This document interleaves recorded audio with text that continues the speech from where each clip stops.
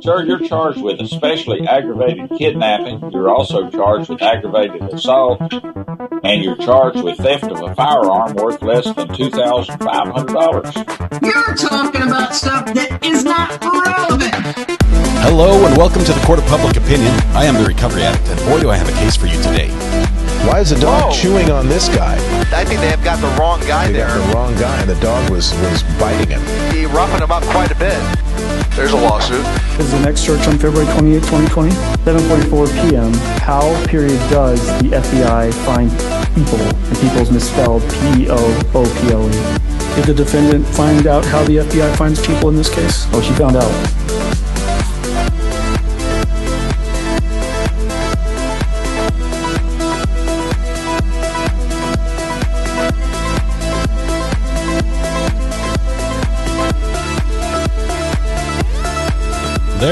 There we go. A little bit better. Sorry. Fighting with my audio system this morning. I forgot I rerouted things through the board instead of through my switcher. None of the buttons were doing what they were supposed to do. But we got it figured out.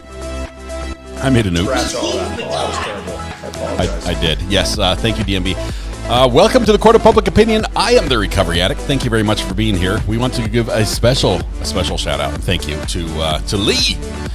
First in chat this afternoon. Congratulations, Lee. Also one of our great court watchers. Lee and Shells both appreciate them being able to watch other courts for us. Might in the future as well, as different trials are available in their area. But thank you, Lee.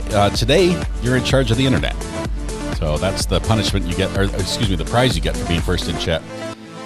I hope you enjoy it. Keep it working for us. It's critical today, so we can stay up to date on the trials. Let no dead horse go unbeaten. Yeah. Okay, let's see. We've got, what else? I don't think we have anything else. I think that's everything to talk about. I think we're just getting ready for a trial to start in Las Vegas. Thomas Randolph, this is day number 7. So we're 1 week, like 7 days into trial right now. So a little over 2 weeks, with, how things have pushed. So 2 weeks of trial, I think. Does that sound right? Has it been 2 weeks?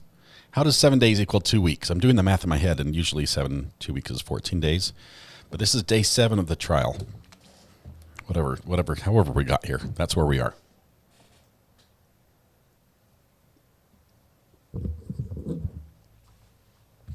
I will say I had a great lunch.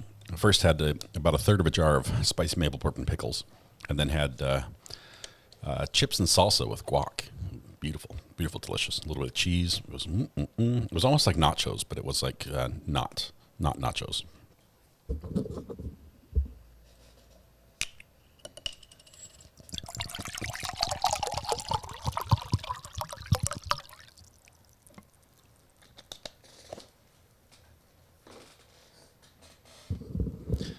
Alrighty, mug is ready. No spills.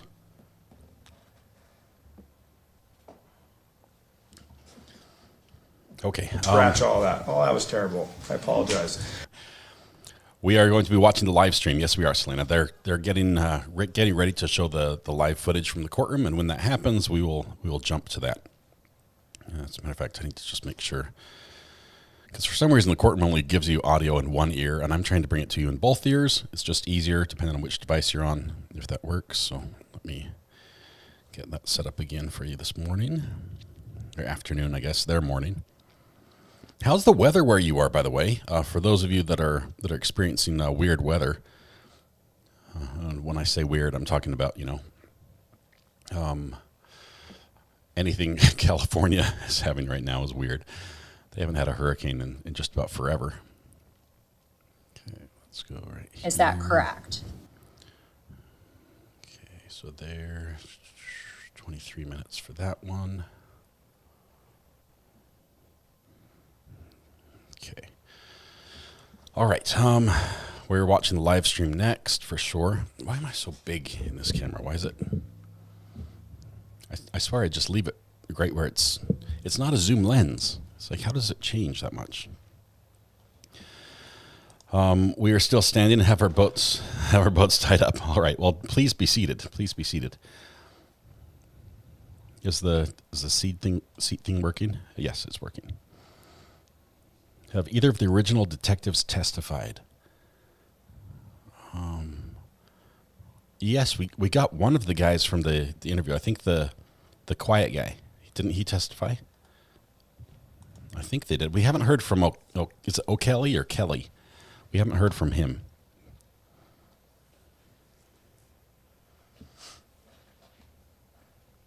Oh my goodness, center of the country. I don't know how you guys are living through the heat, but it is insane. I saw the heat index was like 134 degrees or something yesterday, just sweltering. They said the heat watch the extreme heat warning will continue through Wednesday, like all the way through Wednesday, which is just bizarre. Mrs. Wolliver, kids can draw. I'm in Southern California, gal. I survived our tropical storm yesterday. Massive rain, flooded backyard, but never lost power. We were blessed.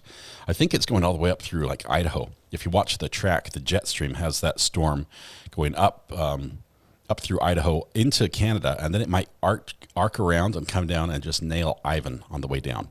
I think that's where it's headed. So you might get some rain, and it might come out here on the East Coast, from the north side. Of course, right now it's not a hurricane anymore. It's just like the remnants of the storm system. But okay, we have audio on. We're good there. We had a hurricane, a wildfire, and an earthquake waiting for the locusts. That's trouble. I saw that. I saw people were taking screenshots of like the warnings that were coming on their phone with, it's like warning flood, warning earthquake, warning. That was just bizarre, like all at the same time.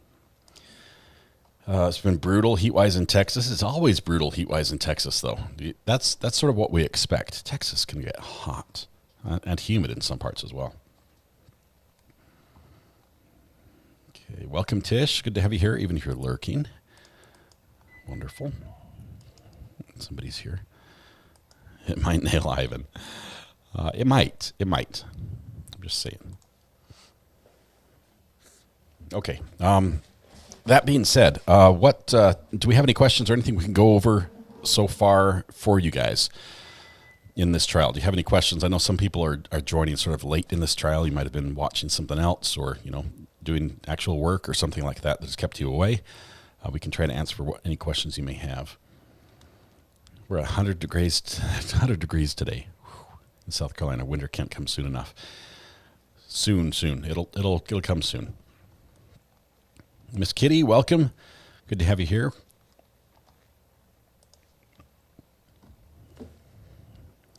Sort of keeping an eye, one eye out for the sentencing case that's going on right now in Ohio for Mackenzie. That's the murder crash thing. But anyway, Moscow, Idaho is cool today, and so far air quality is good. Yesterday we were over 300 air quality. Just as far from the winds, just kicking up dirt, or was that pollen?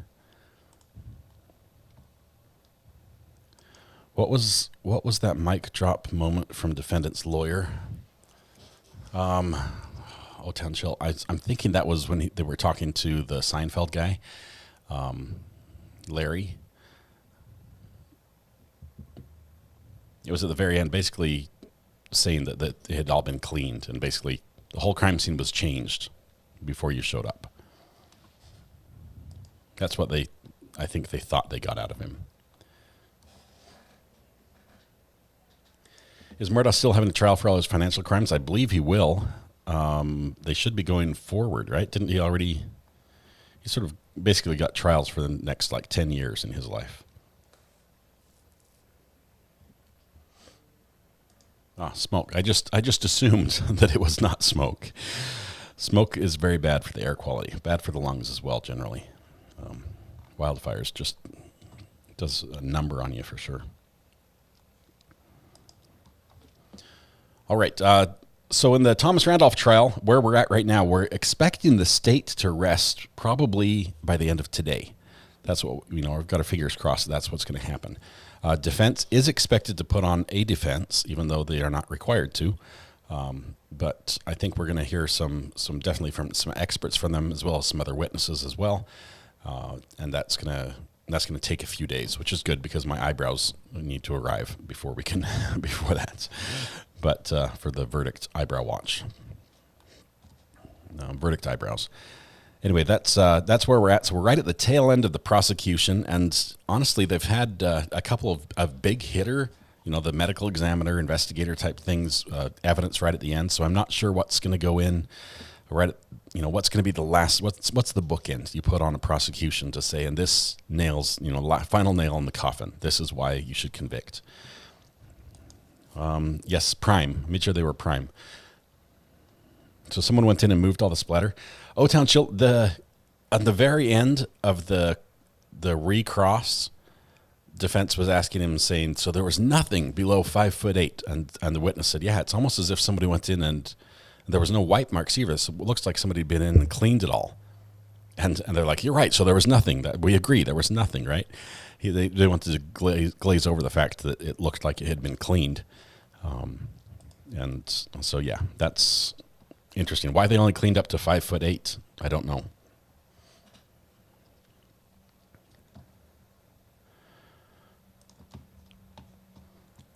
Alrighty. We'll see you. Thanks for stopping by. Let's see.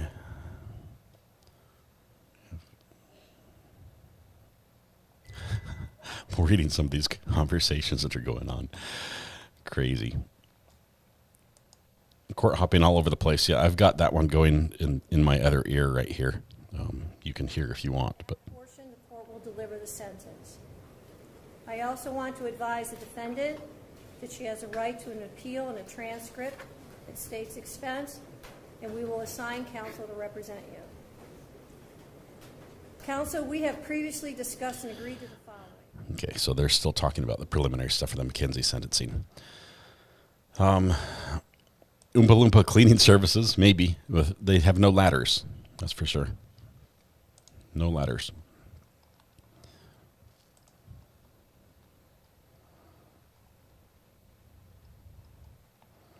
I'd be curious what you think the defense, what you think the prosecution needs to do. What evidence do you think they have that they need to put on right now to really solidify their case in the minds of the jurors?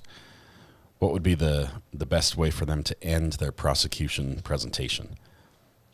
At least the evidentiary portion.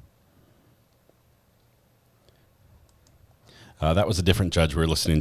I listened into the audio from the McKenzie, the McKenzie sentencing. It's the car used as a weapon type thing.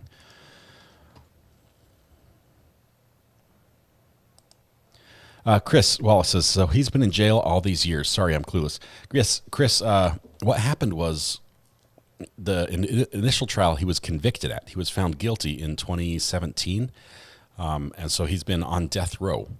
But he appealed because he said that the court case need to be reheard because too much of his prior acts, the evidence that came in from other things that were not related to the charge he was facing, was brought in. And because of that, he won an appeal. And that's why we're not hearing anything about the other wives that are dead. Because, the state's trying to say apparently this guy is a serial killer that only kills his wives. Because he's had 6 wives and 4 of them are dead. But we're not hearing much about those other wives in this trial because of that appeal. But he has been in jail that whole time because of that. If he's found not guilty here, he'll be released. This is the only thing keeping him in jail.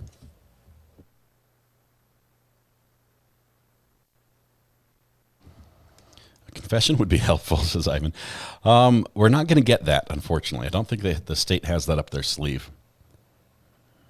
Homeowners or family called a cleaning service. Wasn't Mr. Randolph there in the home? Or didn't he have access to the home immediately afterwards?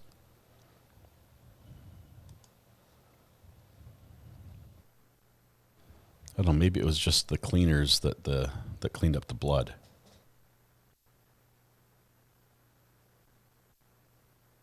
Yako, hi again. I will be on here till after dinner as we have family time at night, catching up all the families today. Please forgive me. That's all right. Welcome. Glad to have you when we can. Not this case, but I saw where Dylan Mortensen had a K-bar knife in her social media pictures. Do you know if that's true? Dylan had a K-bar? I did not see that.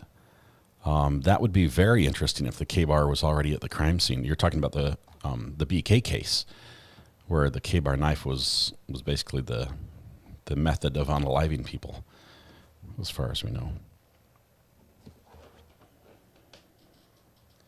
I'm going to do a quick search on social media for that and see what was it. Was it Instagram? What platform was that on?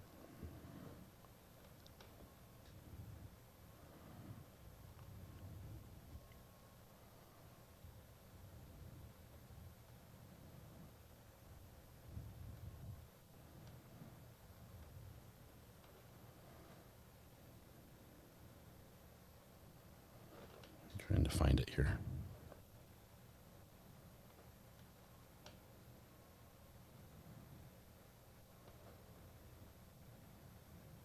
Helps if I spell things correctly. I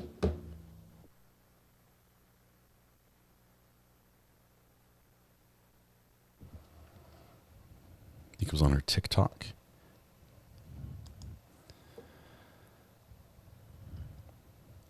That would be very interesting, because we know that the BK had ordered, at least we believe that BK ordered a K-bar knife using probably Amazon or eBay.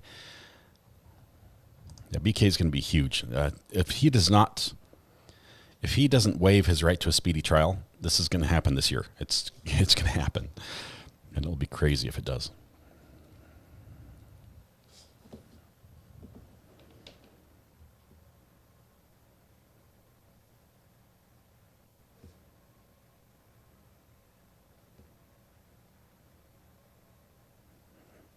I'm not seeing anything. I'm just my social media searching for that. I'm not seeing anything.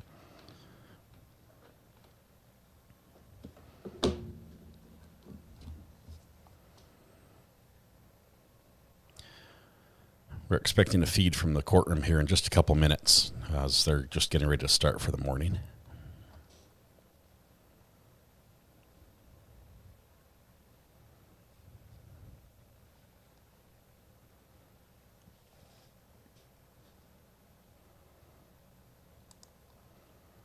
Victim impact statements are going on right now prior to the sentencing.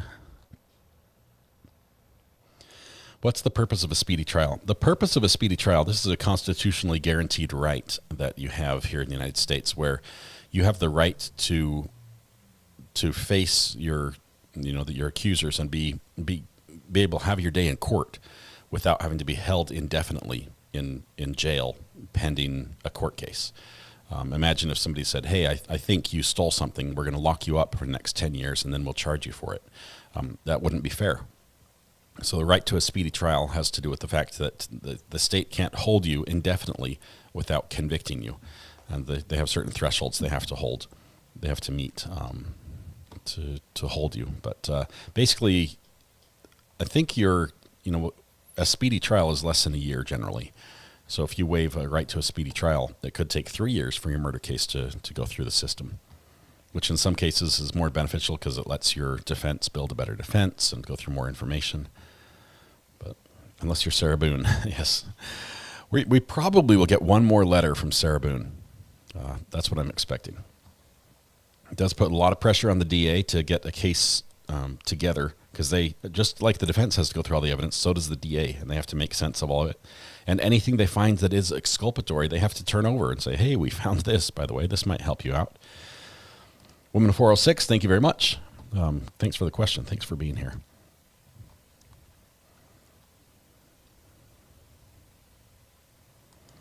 I've learned not to trust most social media. Too many make things up for clicks and views. You definitely have to be skeptical of anything you find. 45 days? No. When was BK arrested?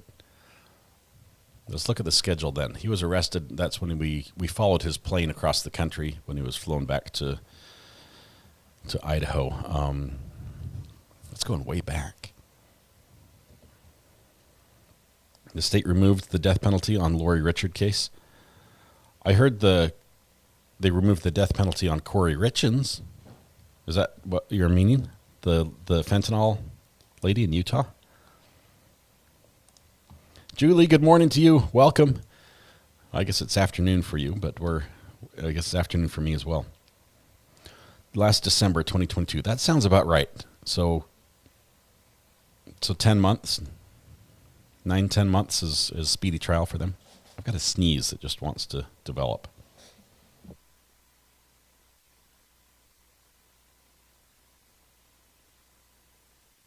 Gesundheit. December 29th arrest. Thank you, Christy. So they're looking at what, October 2nd as the trial date for him to start. So that would be the very end, basically as far out as they can push it, and still have a speedy trial.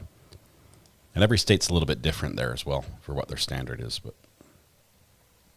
Corey Richards, no death penalty. Yes, she would be a hard one to convict. I'll look at her because she's small. Her frame is small. She's female. She doesn't have the look of a killer. I mean, sometimes you look at somebody like, holy cow, that guy, yeah, I can totally see him doing that. But you look at Corey Richards and you don't think, oh, she looks like the sort of person that would give her husband 5 times the lethal dose of fentanyl. And it might be hard for a jury to look at that and say, yeah, she deserves to die. Let's see. One of the family members wore a firing squad T-shirt to the BK hearing last week. I saw that. What happened was the family was walking past Courtney from Court TV, and Courtney's set up. So they had all their cameras and lights and everything set up on the sidewalk. So the family's like walking on the sidewalk, and they don't move around. So they like walk through the set, okay? Because it shows you just what they think about the news. But they walk right through it. So they're winding through, and Courtney's like, trying to dance around. The Cameron's trying to film, and one of the shirts said like justice for, I don't know which girl it was.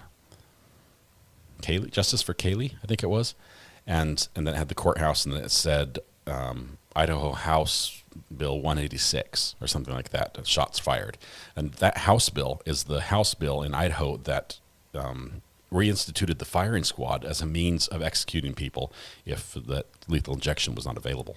So it very much was a statement type shirt, which I was surprised when I saw it. I screenshotted that and tweeted something out, and I messed up and said that was Kaylee's mom, but it wasn't. I think it was her aunt. But anyway, we have a little bit of we have video finally. It's about time. There we go. So we have audio. No audio from the courtroom yet, just video. It would be a tough for a conviction if it's death penalty. I agree.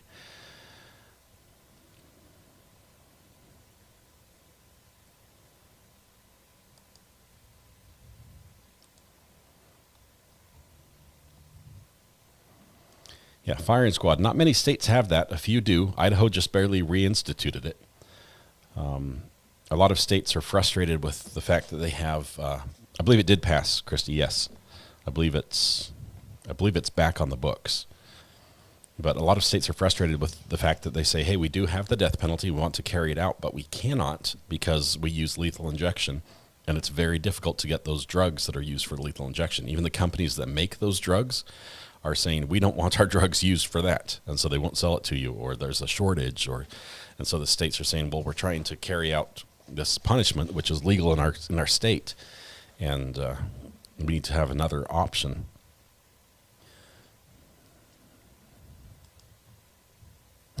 Jim Bob coming in with a heavily political statement. We can't go there. Pickles, not politics, Jim Bob. BK should face the gallows, says Twubble. Was he found guilty on death of other wives? That could keep him behind bars. Vivian, no. There is nothing that is holding Mr. Randolph in prison right now other than his prior conviction on this case that's currently being appealed. Because of the level of conviction, he keeps staying in prison until his appeal is determined. It is decided. The case is decided. So they're not going to let him out until it's all over, and he has to win this case to be let out. But he did serve. Let's see. I think it was his second wife that he that apparently committed suicide initially, and then they went back and looked at it and said, actually, we're going to charge you for her murder because of all these different factors. He won that case. That was a Utah case where the jury did not convict. They were either given the option of convict him with the death penalty or nothing, and they went with nothing. So we won that case. Then was charged with related witness tampering, where he basically tried to hire a hitman to get rid of a witness, I believe it was. And the hitman turned out to be a police officer. So that went bad for him. He pled guilty on that, did jail time, got out, then sued the jail. Okay, and they paid him off. So he won. He got the insurance money from the wife that died, was found not guilty of her murder, went to jail for witness tampering, then sued the jail and won, and then went on to marry his next wife. So there's nothing currently on his record that would keep him in jail.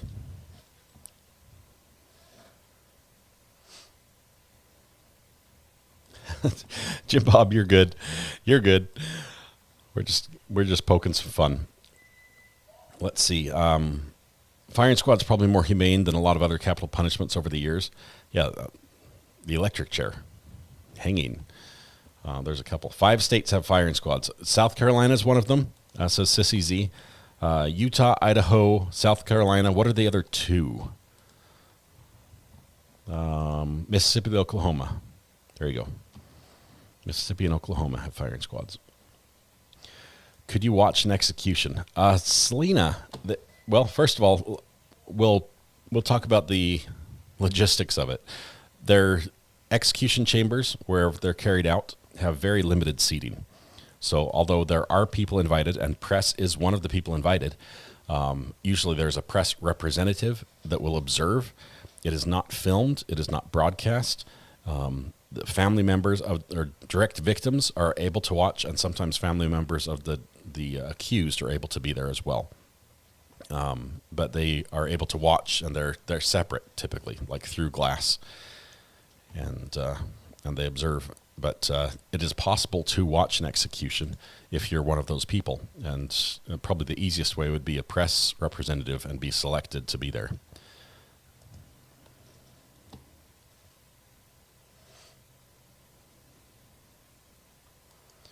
No time even for Mike's death. Wishful thinking, Mike's death is one of the charges he's facing right now.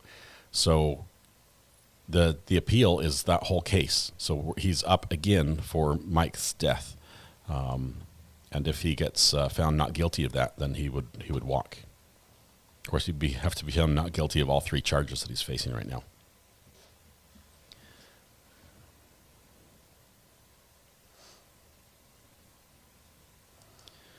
I don't believe Texas has a firing squad anymore. Don't think so.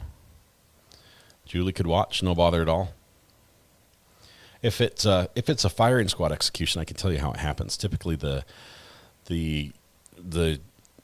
person who's going to be executed is brought in, and after they receive one final health examination to make sure they're healthy enough to die, which I still don't understand. They get their last meal, they get some last words or whatever. Then they're brought in. They're typically covered. They're fastened to a chair, so they're strapped in. They can't move, and then they have a hood placed over them. And the hood that's placed over them has a target pinned over the heart, and that is a target where like a patch, a certain color, like cloth, like a red cloth or something, and that's the area where that firing squad would aim at.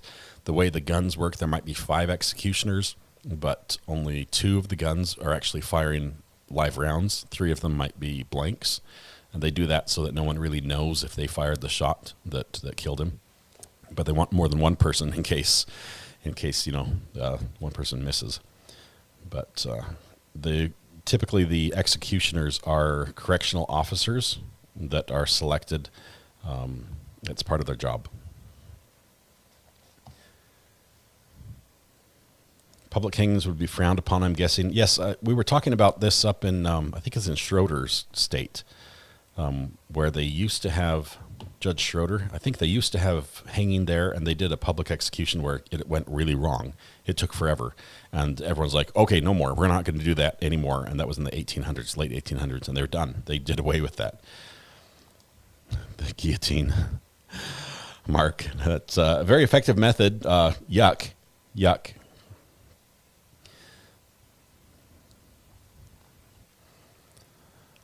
I think I'd rather have lethal injection. Gail, not to be a downer on this, but the way that lethal injection works, it's not a single drug they give you that just kills you.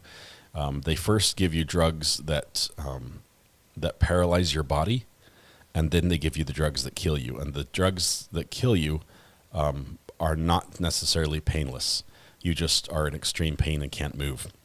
So it's not a pleasant way to go. It's not as quick as the firing squad, that's for sure.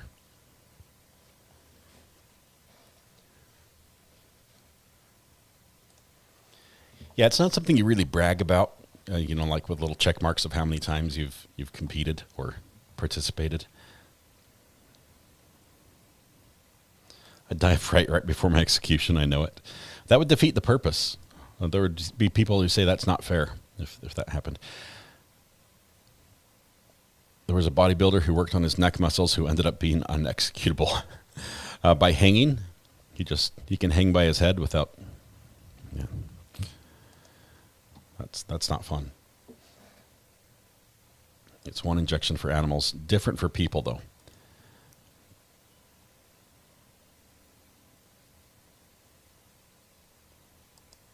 My grandmother went to the execution of the guys in the Cold Blood book.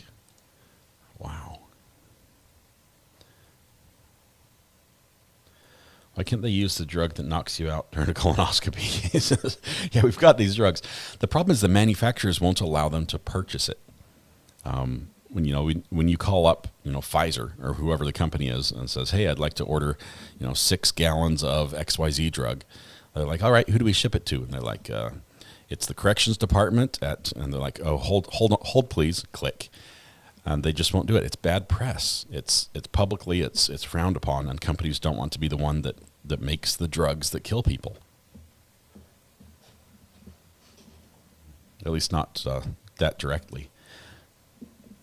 I object. I object. You used to have to bring payment to your executioner, a tip of sorts, to make sure the job got done swiftly and without issue. It's like, well, how much do you tip your executioner? What's the going rate? Propofol.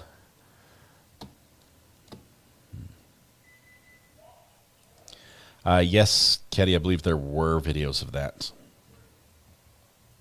There's a lawsuit. There were videos of what Saddam Hussein did to other people as well, and they involved vats of acid. Not good stuff at all. Wouldn't it be easier to just poison the last meal? Yes, but I don't know. Selena, it's like this topic of conversation is right up your alley. The fact that more empathy is given to people on death row than their victims is just baffling to me. Is that correct?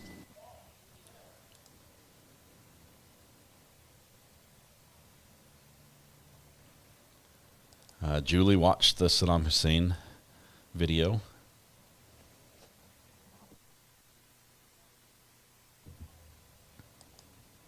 They'd pay people to stay with the headsman the night before so they wouldn't get drunk, get sloppy when chopping your head off. Man, it's you've got one job, right? You've got one job. All you need to do is not be drunk.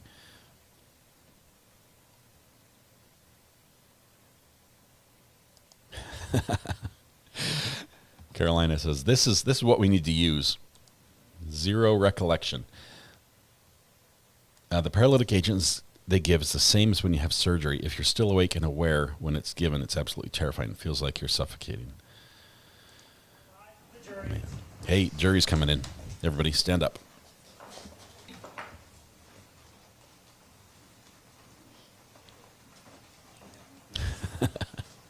Some heavy topics for a Monday.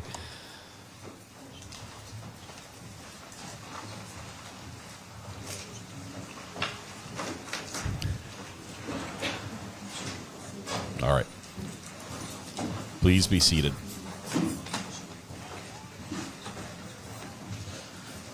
Please be seated. Your Honor, the jury is all present and accounted for. All right, we are back on the record in C-250966. Versus Thomas Randolph. Please, the record reflect Mr. Randolph is present with his attorney, Deputy District Attorney on behalf of the state. Do both parties take into the presence of our jury?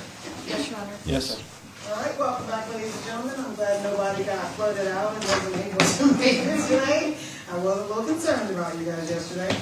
All right, we are going to pick up where we left off on Friday. State, you may call your next witness. State will call Toby Maldonado to the stand. Toby Maldonado? Is that the name?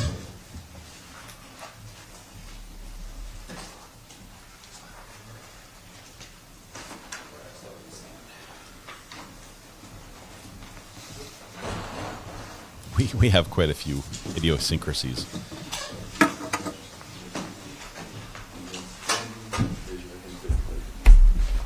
You do solemnly swear the testimony about to give in this action to be the truth, the whole truth, and nothing but the truth, so help you God? Yes. Thank you. Please be seated.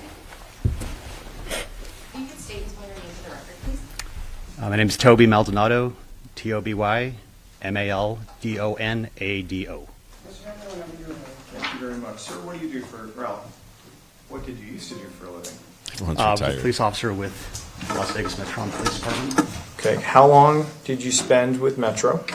29 years. All right, and when you retired, what position were you within Metro? Police sergeant. Okay. Tell me a little bit about your background. Where did you work throughout your career over the 29 years? Most of my career, probably 90% of it, was in the field service division, which is basically uniform. So basically patrol, and then I focused a lot on the training aspect of it. So we trained all the academy recruits in field training to get them ready to go out on patrol. I want to turn your attention to May 8th of 2008. Were you working on that day? Yes. Were you working as a patrol sergeant on that day? Yes.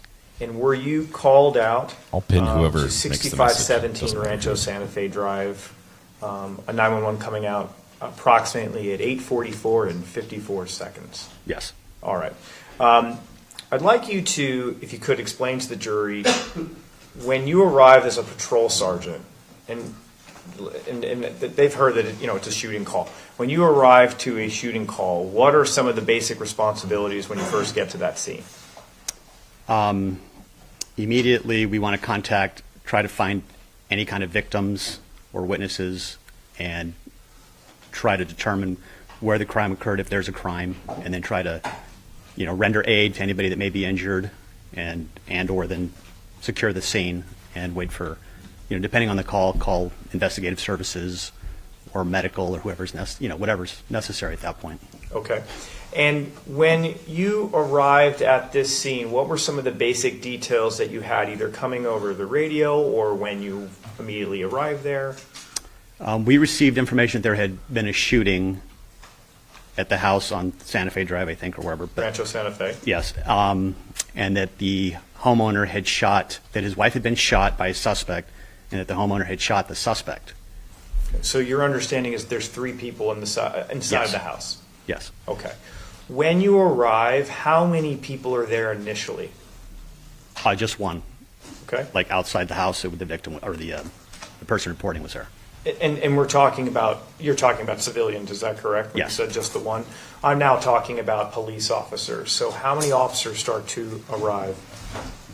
When I got there, there were probably 2 or 3 other patrol cars already there. Okay. At that point, had anyone entered the residence at that point? No. All right.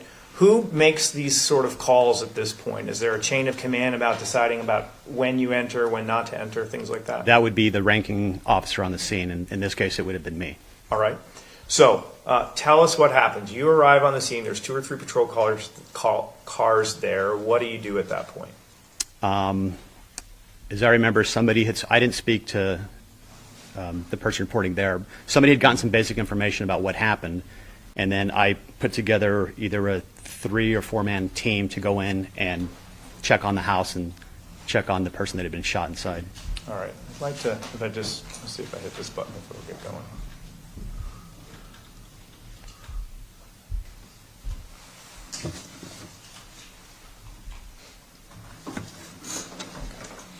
I want to, before I throw anything over here, I want to approach the stage 1 and 2. Does this look general? I know this is a long time ago, but does this look familiar to you? It does a little bit, yes. Okay. And what does it remind you of? The house where the call occurred. Okay. So when you arrive, is the garage door open or closed at this point? When you first get there. As I remember, the garage door was closed. Okay. I'm publishing 1. So it's closed. So you don't. So you said there were 2 or 3 or 4 of you, right? How do you enter the home? We basically just form, and it's called like an element, 1, 2, 3, 4. You go into the house and everybody has a responsibility, like who opens the door, who does this, who does that.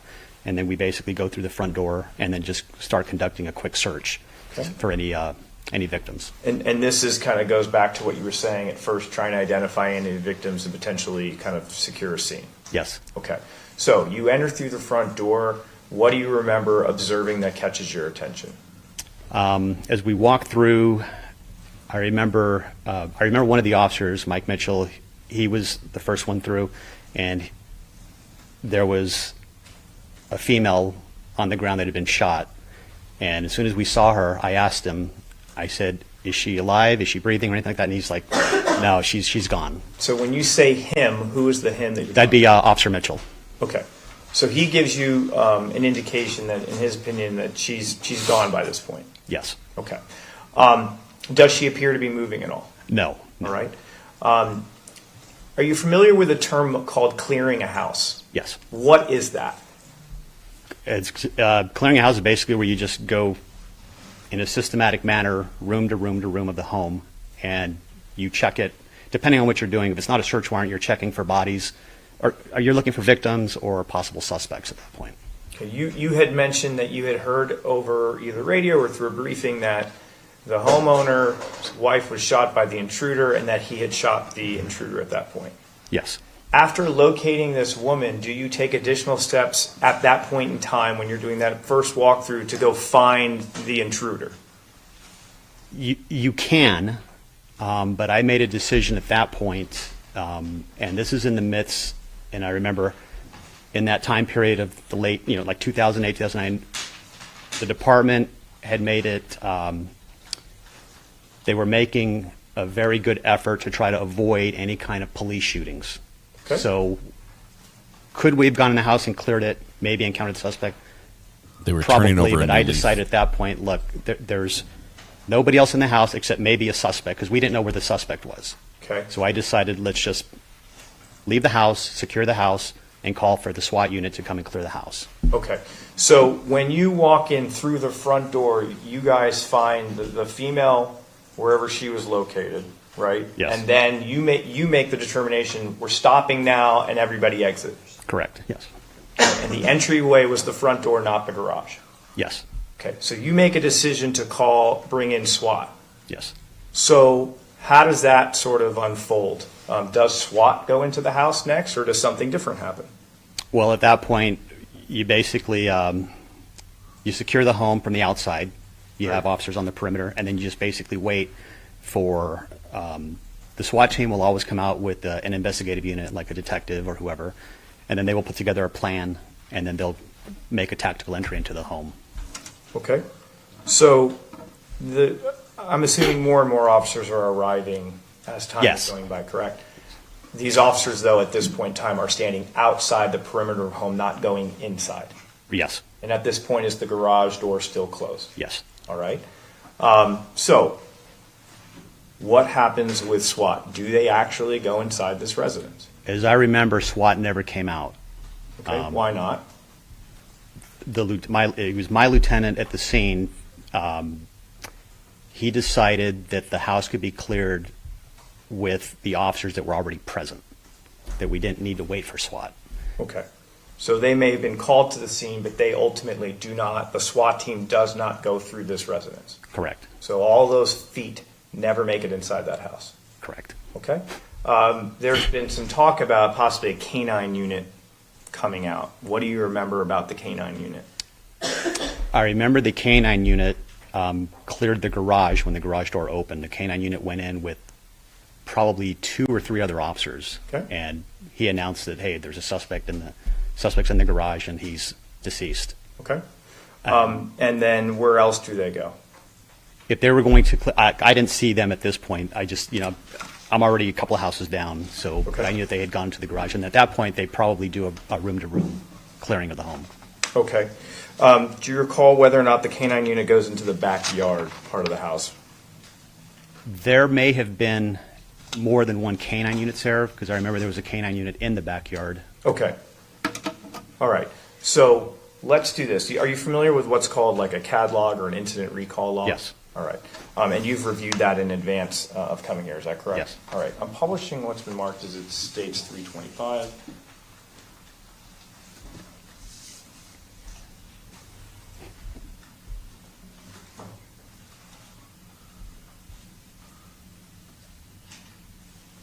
So what do we have here in the middle here? What is this? I can't see that. Oh, you can't see it. All right. Maybe Well, you how can about zoom in. this? Like, I'm blind. There'll be a monitor right there. Okay, thanks. Maybe that'll be better.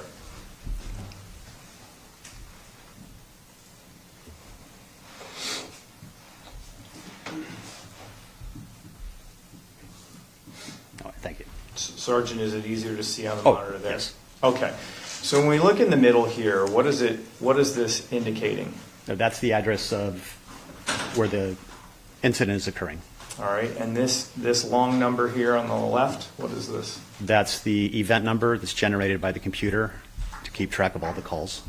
And is that generally the time when the call was received, 2045? Yes. Okay, but if a 911 call said it was 2044 and 54 seconds, you wouldn't dispute that, correct? Correct. Right. Okay, 6 seconds difference, right? Yes. All right. So if we look here at 8508, what's the time here? 2045. And can you read that out? It says PR's wife shot and PR also shot suspect. What does PR stand for? The person reporting? All right. A minute later, there's another entry here. What does this say? Wife possibly shot in head in hallway. PR shot suspect in the garage. Unknown if still there. Mike, unknown last name, BMA. Okay. 2 minutes later, at 2047, can you please respond or read what it says here? And Okay. PR's advising the suspect is still in the garage. Unknown if he's 419. That means dead.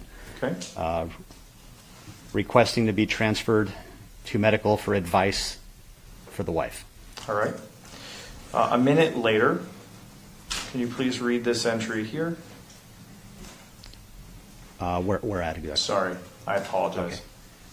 Okay. At 2048, if you can read this entry here, it's 3 lines. Okay. Suspect is known to PR, has been scamming him. Suspect is laying in the garage, not moving. PR locked door, so suspect is locked in the garage. PR just took the male's 413 away and is now in the residence with him. What does 413 stand for? A gun. All right.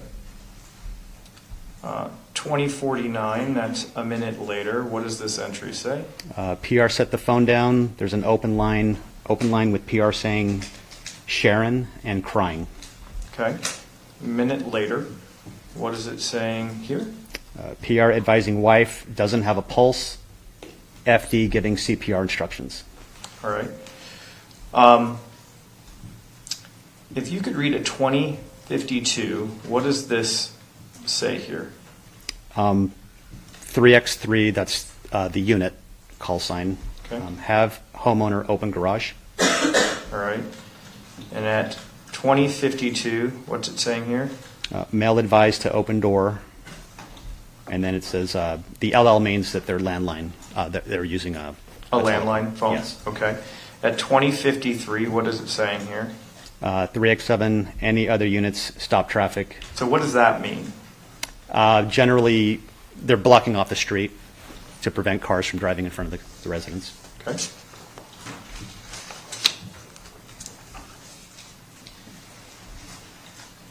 I want to look at this entry at 2057. So this is approximately 12 minutes after this call started. Please read out what it says here. 548, not able to clear residence safety, request SWAT. Who is 548? That's me. Okay, so that was your call sign on that. Yes. So what does that mean? Is that essentially what you were saying, that you didn't clear the house at that point and you're requesting SWAT? Right. We didn't have any information where the suspect was in the house. So we didn't know if he was barricaded, if he was waiting to ambush us. And at that point, knowing that the wife, that the female wasn't alive, there wasn't like a pressing need to clear the house immediately. Okay. So at the same entry time, it's just the next entry, but it's still at 2057. Please read out what it says. Hearing units clearing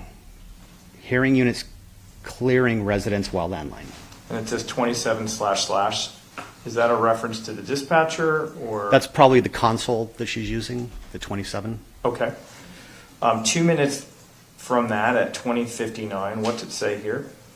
305 has shield if needed. What does that mean? 305 is the lieutenant.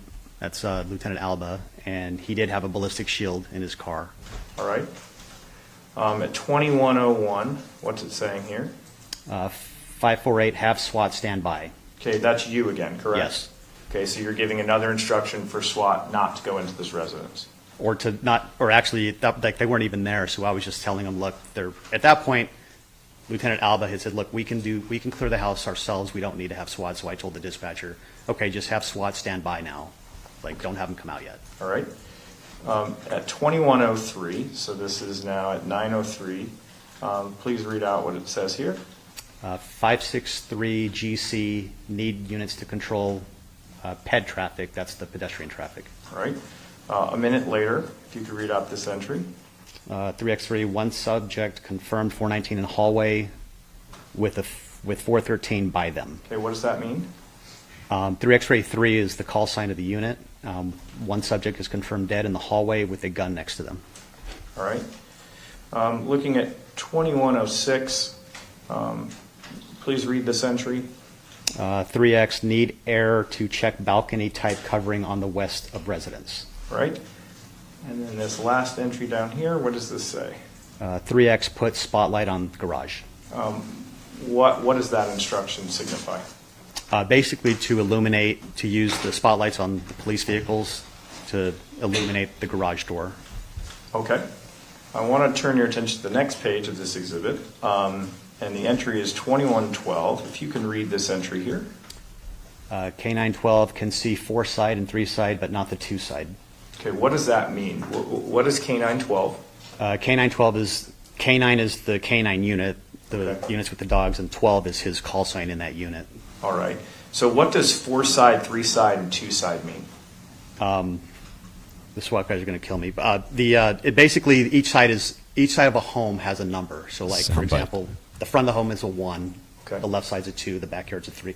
And it goes clockwise, I believe. So under this entry, the K9 unit is indicating it can see the 4-side, which would be the back part of the house, right? If the 1 is the front, right, the 4 is the back, it says it can see the 3-side, correct? Yes. And the 2-side? Yes. It's not indicating the front side, correct? Not from this, no. Okay. What's the next entry say at 2113? C13, Larry Burns advised landline will call 548 on cell. All right, so who's Larry Burns at this time? Larry Burns was the SWAT commander.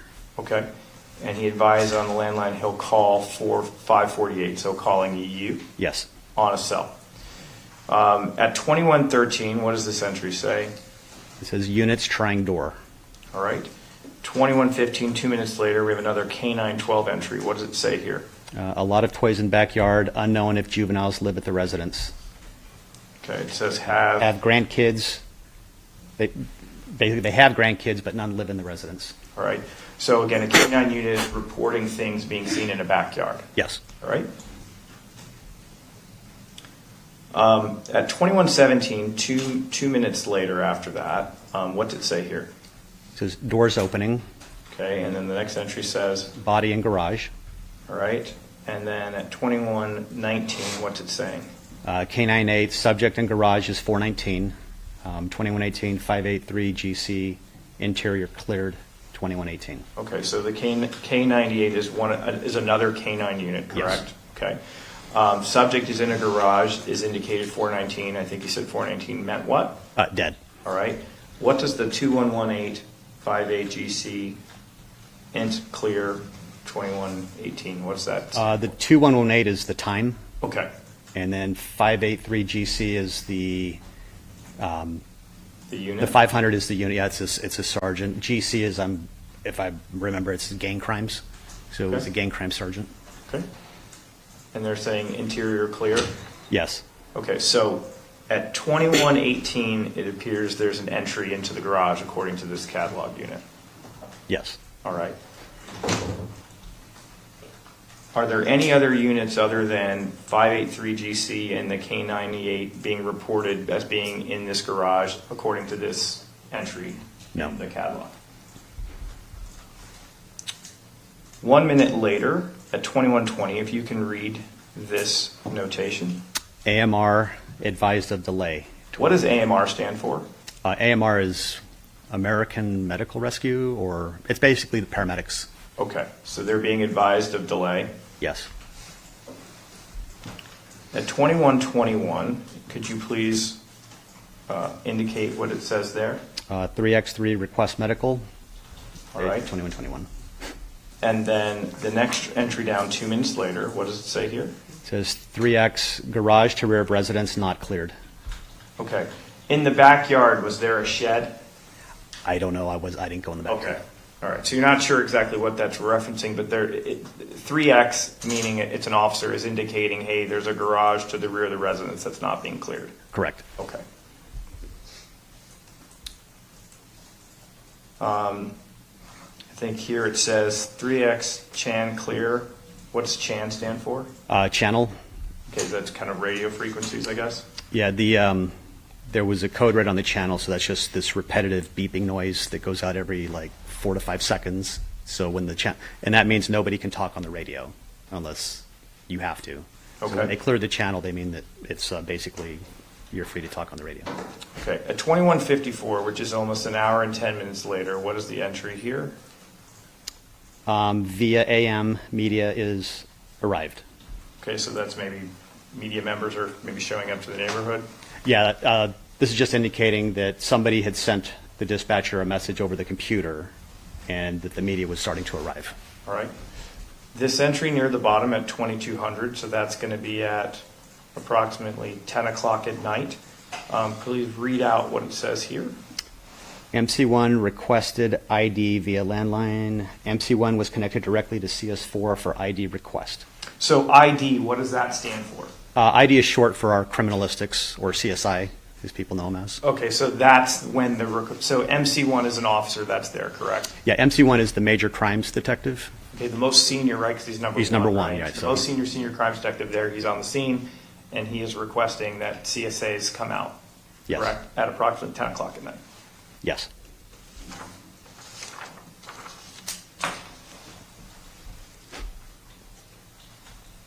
At 10:02, can you read this entry here? 10:02 will be FD Rescue 9 and Engine 9 that responded. Also AMR 5907 and 5931. All right. What does that mean? Those are the engine company from the fire department that responded. So they had Rescue 9 and Engine 9. So that basically means like the Engine 9 is the big fire truck. The Rescue 9's their van, their paramedic van, and then AMR 5907 and 5931 are the two AMR units that responded. All right. You have two more entries here at 2204 and 2205. You can just read those two out. Okay. Left message for TIPS. What is TIPS? It's the volunteer program, trauma intervention program. It's volunteers that respond to talk to family members or friends, survivors. Okay, so it's kind of volunteers that help out at Yes. scenes. Okay, so they're being left a message, and then what's the next thing say? 710A, request medical for PR. All right. At 2209, it's saying TIPS ENR. What does the ENR stand for? That they're en route. Okay, and also ER can also stand for that, correct? Yes. All right. ETA means what? Estimated time of arrival? Yes. At 2215, there's this entry here, if you can read that out. 305, 3PS61, okay to let homeowners come in off of Rainbow and Rancho Santa Fe. Okay, so typically, if you have a crime scene and it's nearby a major roadway, are there steps sometimes where you guys block off people coming in and out? Yes. All right, and this is a residential neighborhood? Yes. What's happening here in this instruction? Basically, it looks like, per the lieutenant, it's okay to start letting homeowners come in, it looks like, off of one side of the street. Okay, and this is about 2.5, I think it's about, it's at 10:15 at night, correct? Yes. Okay.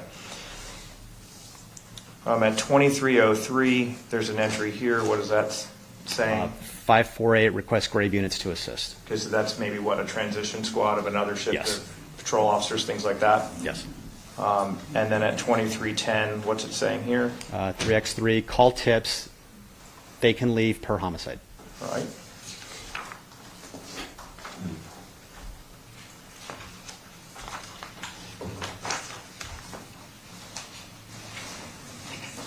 I have no further questions for this witness. Let's see who's going to cross in here. Is it going to be Bean or Josh? Morning, sir. Morning. Hey, look at that. What time did you arrive on this call? I'd have to look at the log. I don't know the exact minute, hour and minute. Do you think looking at it would help refresh your Yes. recollections and approach? Sure. I'm going to hand you what's already in. It's stage 325. Okay. Find your call sign and your time of arrival again. I do like how well Josh knows the information he's questioning on. He rarely has to look down.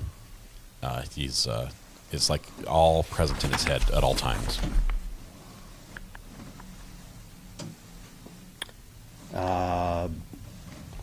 Looks like 8:58 is when the dispatcher indicated I arrived. Okay. And how does the dispatcher get that info?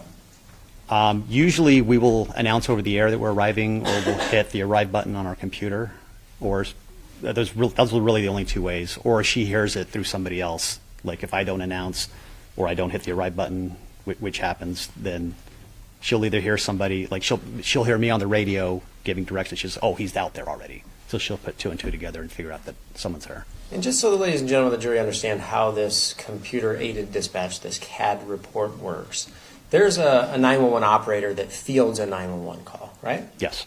And that individual has the ability to talk to the PR, the person reporting on the phone, correct? Yes. And they also have the ability to type into a computer all the line items that you see there, right? Yes. And those line items are then directed to first responders and secondary responders and specialized units within the field have access to that computer. Yes. You mentioned you hit your arrive button on your computer. You have a computer in your actual patrol car, Yes. right? And it has a keyboard so you can enter information, Yes. and it has a specific button that allows you to announce your arrival. Yes. Okay. You understand that as the dispatcher is taking in information from the person or persons reporting, that's entered into that system, right? Yes. So you would agree with me that there's more information coming in probably than goes out into the CAD, right? Yes. Okay. And you also agree with me that there's a number of line items there that don't have extensive verbiage, just kind of call signs and either a 4-letter code or a 400 code or a unit response that you recognize as part of your job at Metro, right? Yes. And the prosecutor just kind of read you the more detailed ones that were typed in, right? Yes. Okay. Can I retrieve that, Judge? Sure. Thank you, sir. So you indicated that you arrived at 20:58, right? Yes. So if the call came in at 20:44, how many minutes is that? 14. Okay. And even assuming if the call came in at 20:45, you get there 13 minutes later, right?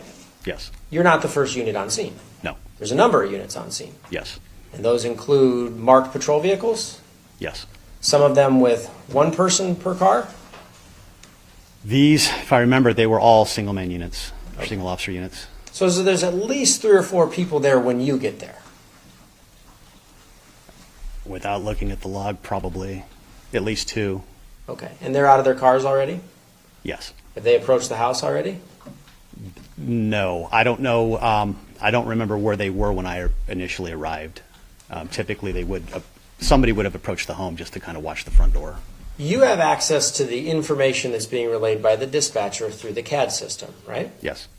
You do not have access to the call that's happening between the person reporting and the 911 operator, right? Yes. The 911 operator would choose what to put in this CAD report. Yes. Do you remember when the prosecutor asked you the question,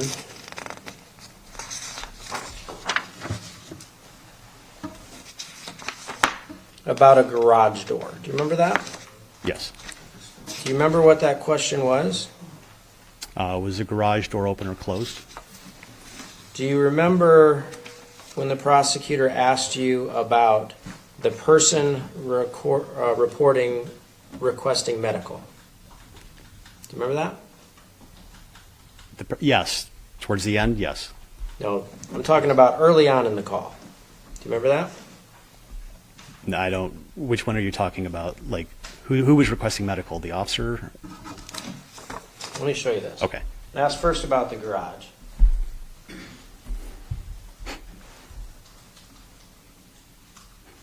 Okay.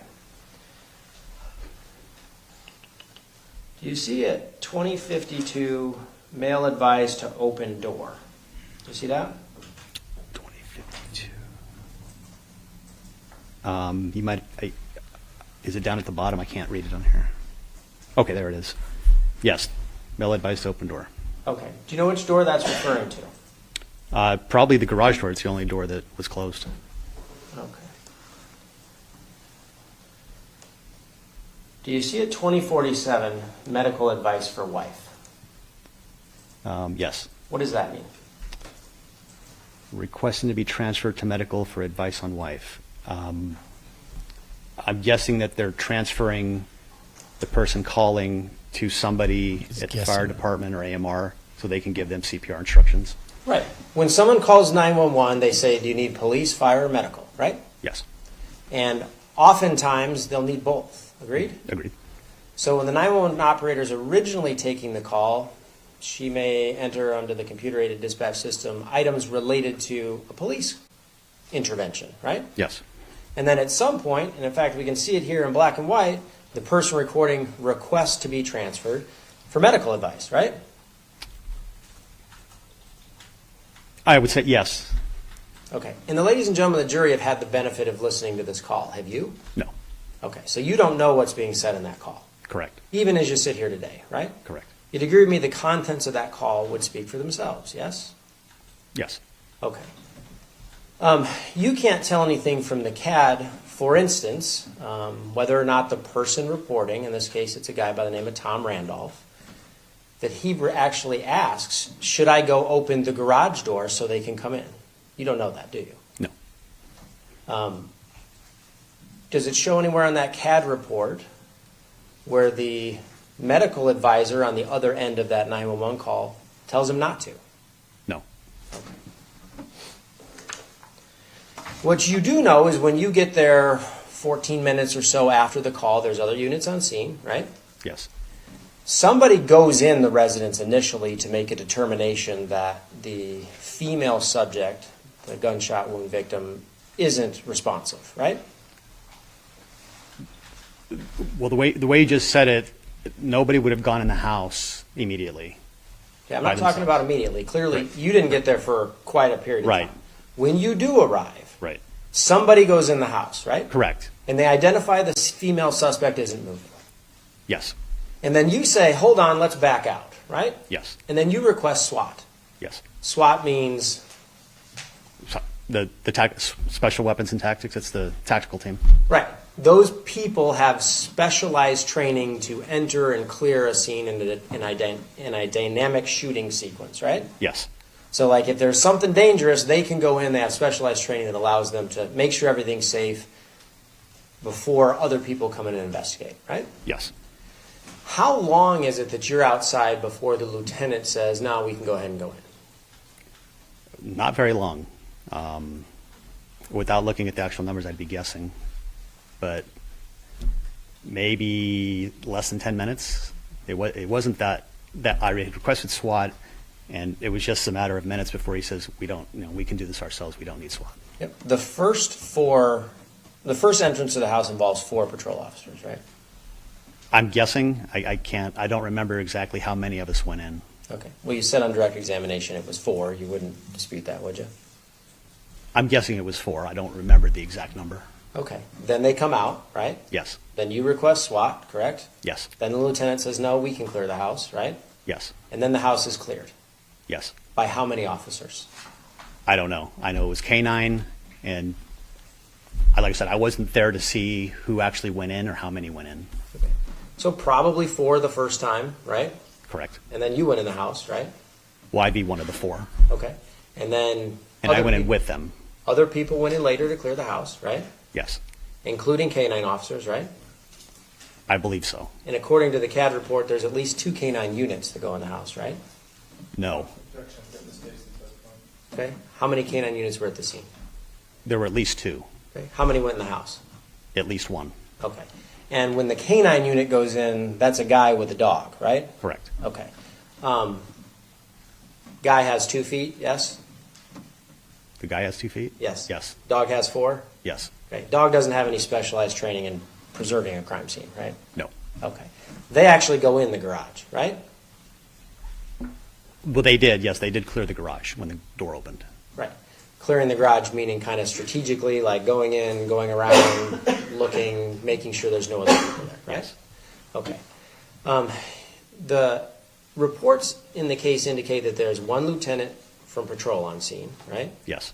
And then 2 sergeants, you and another, Yes. and then 10 patrol officers. I'm guessing I don't know the exact number. I didn't count. Would it surprise you if there were 10 patrol officers listed as being on scene? No. Do you have any idea how many people entered the house that night before you left? No. Do you have any idea if it was more than 10? No. More than 20? I'd be surprised if it was more than 20. Well, are we talking about the initial entry, the clearing of the house, the investigative team, I'm talking CSI? about just while you're there. While I was there, it was just maybe 4 of us initially. Then there would have been the canine team that cleared it, which might have been, I'm guessing, maybe 3 to 4 officers. And after that, I don't know who went in. Okay. You know from reviewing the CAD that violent crimes detectives go in, right? I don't know that they actually went in to the home at that point. You know that violent crimes detectives are there, right? I saw major crimes. I don't know if I saw violent crimes. Same thing, right? No, they're 2 different units. Okay, what's the difference? Major crimes deals with,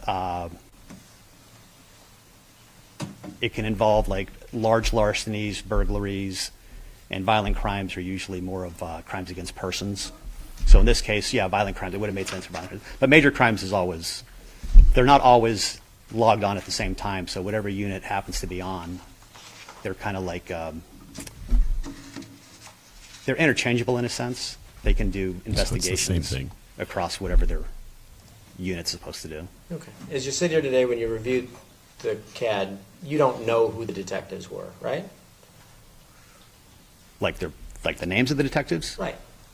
Not that I remember now. Okay. If it was memorialized in a report that there were 3 separate violent crimes detectives there, you wouldn't dispute that? No. Okay.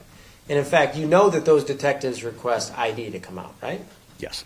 And ID's the crime scene analysts? Yes. Okay. Were you still there when the crime scene analysts got there?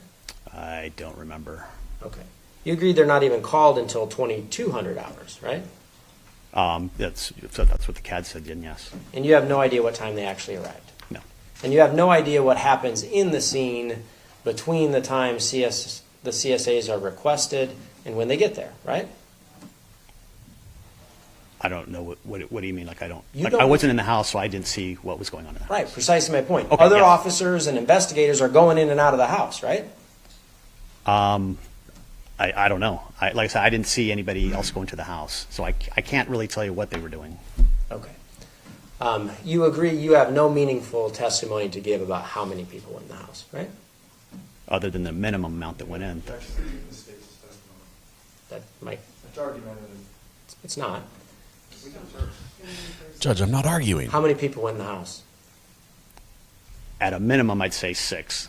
Okay, in total, the whole time in the investigation. That I don't know. Okay. In other words, you have no meaningful testimony to give about how many people went in the house that night, right? Okay. As you sit here today, you'd agree with me. You can't tell us how many people went in the house that night, right? Yes. Okay. You would agree with me that according to the CAD, medical units responded, right? Yes. Were you there when they got there? I don't remember. They don't get there for a long period of time, right? I believe that's correct. Yeah. In fact, the CAD even indicates a delay in their response, right? Yes. You have no memory whatsoever of them being there. No, I remember I I really don't remember what time they got there, but I think I remember, I don't know, maybe the fire department was there. But You don't dispute that a number of different medical response units arrived at the scene, right? I don't know who actually showed up. That's I don't know. So to answer my question, you don't dispute that, right? Correct. See how nice he's The being? jury's already seen a number of photographs that show indicia of medical intervention on at least one of the decedents. You wouldn't dispute that that happened, right? No. And assuming that that person's still at the scene that they're working on, those medical people are in the scene, right? Yes. You don't dispute that at all, right?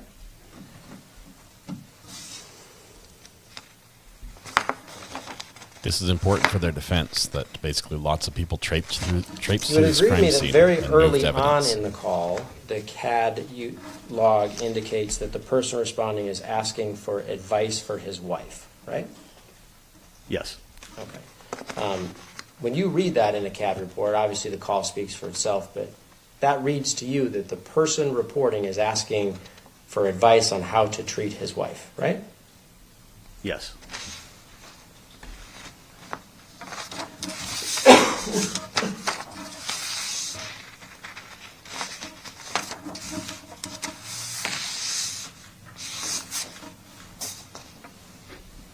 There's a request for medical indicated in the CAD report at 21:21 hours. Does that sound unusual to you? No.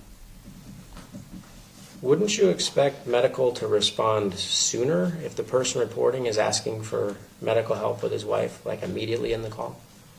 It kind of depends on the nature of the call. If it's a dynamic call, then medical's not going to be allowed anywhere near the scene, even if somebody's injured. Okay. Even if the person reporting is saying, will you please get here and help this person? I think she's dying. Right. Yeah, I mean, if you're asking for medical, then sure. And it appears that law enforcement didn't request medical until 36 minutes later. Does that surprise you? Not in this case. At 22:05 hours, Mr. Hamner, that's the prosecutor, asked you some questions about requesting medical for the PR. Did you see that? Yes, I remember. Indicating that the person reporting actually had some type of injury, right? Yes. Objection, that's speculative. Well, he said yes, so it doesn't sound like he's speculating. You know, sir, do you know that that's what that indicates?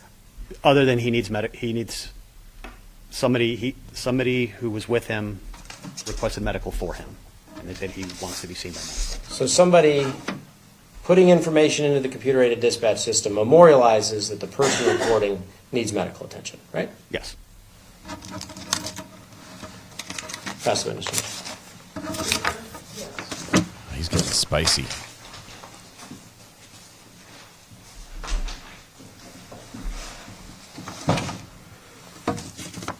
He's going to be publishing 325 if we can. Just leave it here for a second.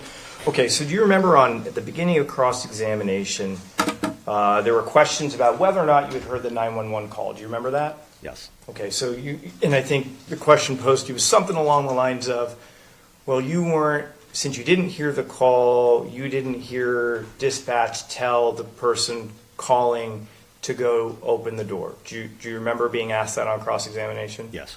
And since you haven't listened to that call, you wouldn't be aware of whether or not the dispatcher said specifically, go open the front door.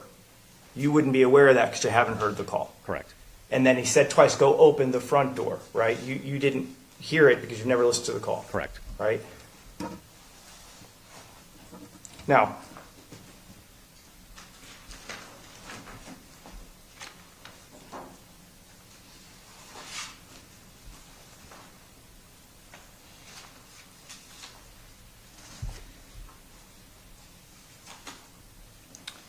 I want to look at, speaking of doors, front door versus garage door.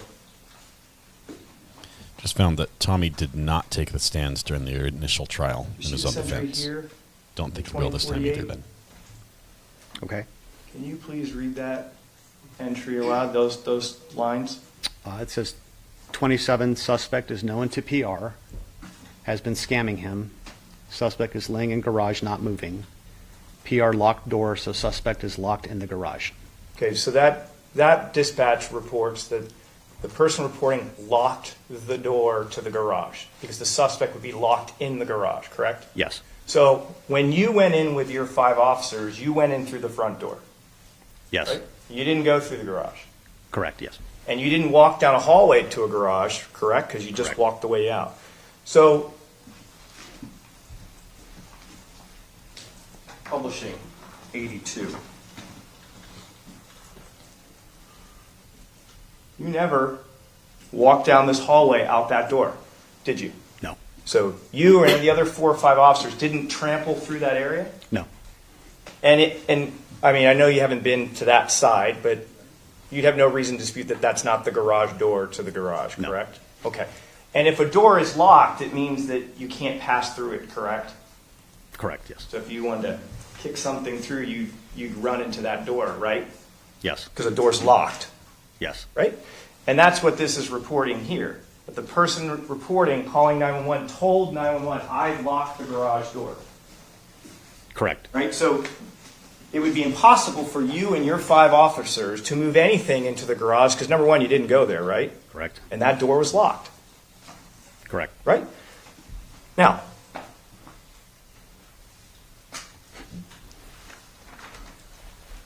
The state is almost done. They may end today.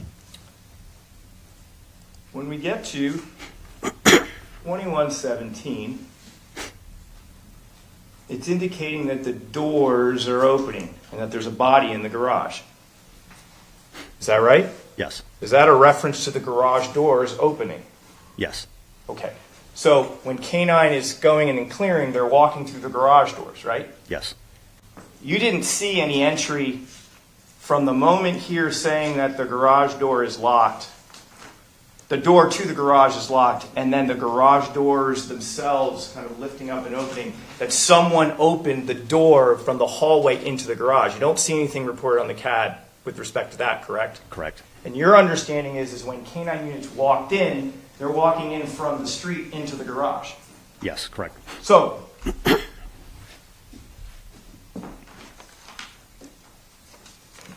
where is that pesky photo? Oh, here it is.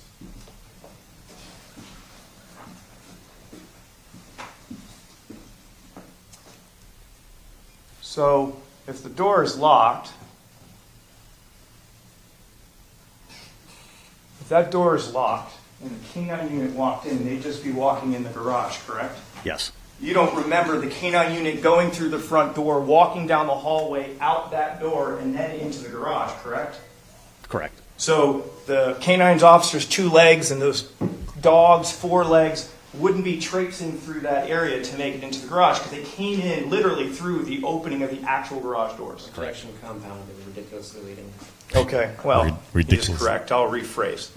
Do you have any recollection of a Ridiculously K9 leading. unit waltzing through that hallway? No. Okay. What is your understanding of when the K9 unit went in? Did they go through the garage door or did they go through the front door and make their way to the garage? No, they entered through the garage door.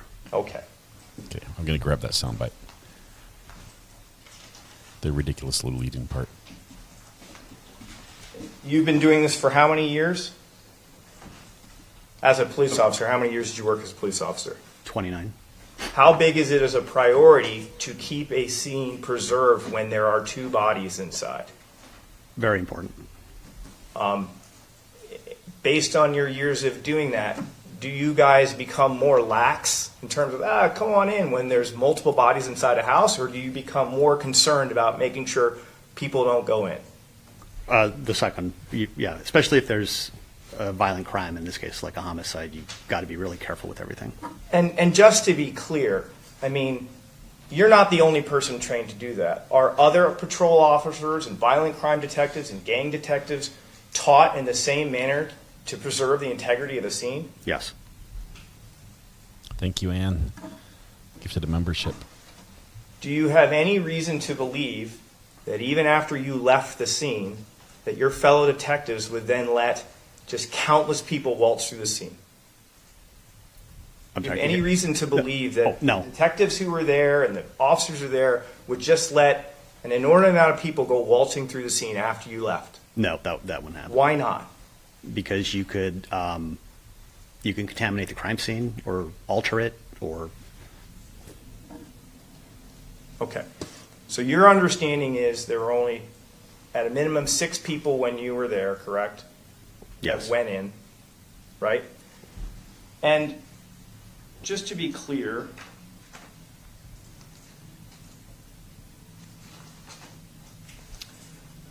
when you have an entry here, do you see where it says here? I'll try to zoom in.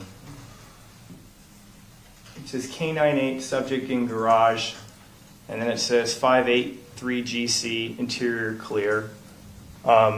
Is that reporting multiple officers or a singular officer? What do those call signs signify? K98 is the K9 unit who sees the suspect in the garage deceased, and 583 GC is the sergeant who's telling the dispatcher the interior's been cleared. Okay. I have no further questions in this witness. Here comes a spicy recross. Just curious. You ever seen anybody waltz in a crime scene? Yes. Waltz? Well, depending on the crime scene, yes. Okay. I mean, I don't know what you mean by waltz. You asked the question a bunch of times about whether or not anyone was waltzing through the crime scene. Like a waltz is a dance, right? It could be, yes. Yeah. You've seen somebody dance in a crime scene? No. Okay. You have no idea how many people passed through that door from the hallway to the garage prior to crime scene analysts getting there, right? Correct. You couldn't possibly tell us how many people were in and out of the garage that evening prior to crime scene analysts impounding evidence, right? Yes.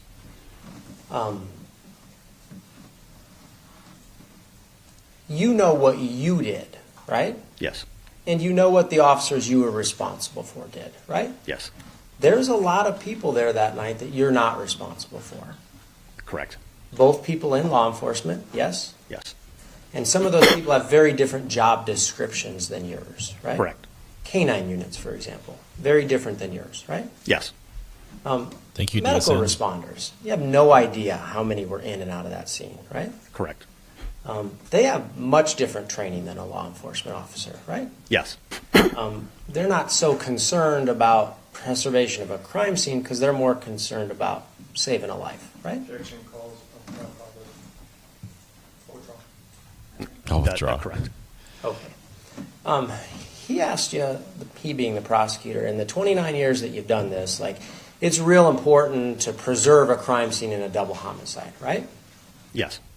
For instance, like, if there was a double homicide where there was a crime scene where no blood evidence was documented, and then it was cleaned up, and a week later somebody came back out, that would be a difficult crime scene for a jury to analyze, right? Objection. That's argumentative. It's not. I think it's what they do he can answer.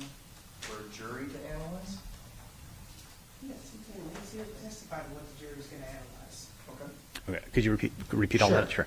In a case where there's a double homicide, Okay. and at the scene of the double homicide, when crime scene analysts get there, isn't preserved or documented at all, no blood evidence, and then the scene's cleaned, and then a week later, a crime scene analyst comes back out to document blood evidence. That'd be really difficult, right? Yes. Because the scene's been contaminated, hasn't it? Yes. Nothing else. Can you call up another gentleman? Ladies and gentlemen, the jury have any questions for this witness? Okay, seeing no response, so you are excused. Thank you very much for your testimony here today. Okay, some spicy. We call your next witness. It's called Dino Kelly. Dino Kelly. Boom. Set up, Your Honor. We'll get started, so I may just need a couple minutes. This is the guy that the defense is going to climb all over. They're going to try to rip him apart. If they've been nice before, they will not be now. This is going to be the harshest of the cross-examination on this guy. They want to pin everything on him that he decided as soon as he got on scene that this is what was happened. His version of the events is what had actually occurred, and he steered the entire investigation to that end. That's what they're going to push on this guy. Yes, the Dino Kelly. You do solemnly swear the testimony you're about to give in this action will be the truth, the whole truth, and nothing but the truth, so help you God? I do. Thank you. Please be seated. You could state and spell your name for the record, please. It's Dean, D-E-A-N, O'Kelly, O-K-E-L-L-E-Y.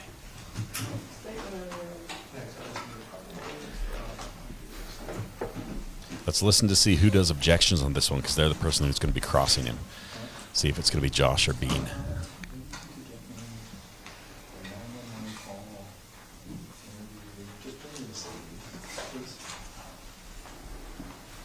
It's a fine-looking little beard and goatee. It's more goatee than beard. It's like a 3-week goatee and a 2-week beard.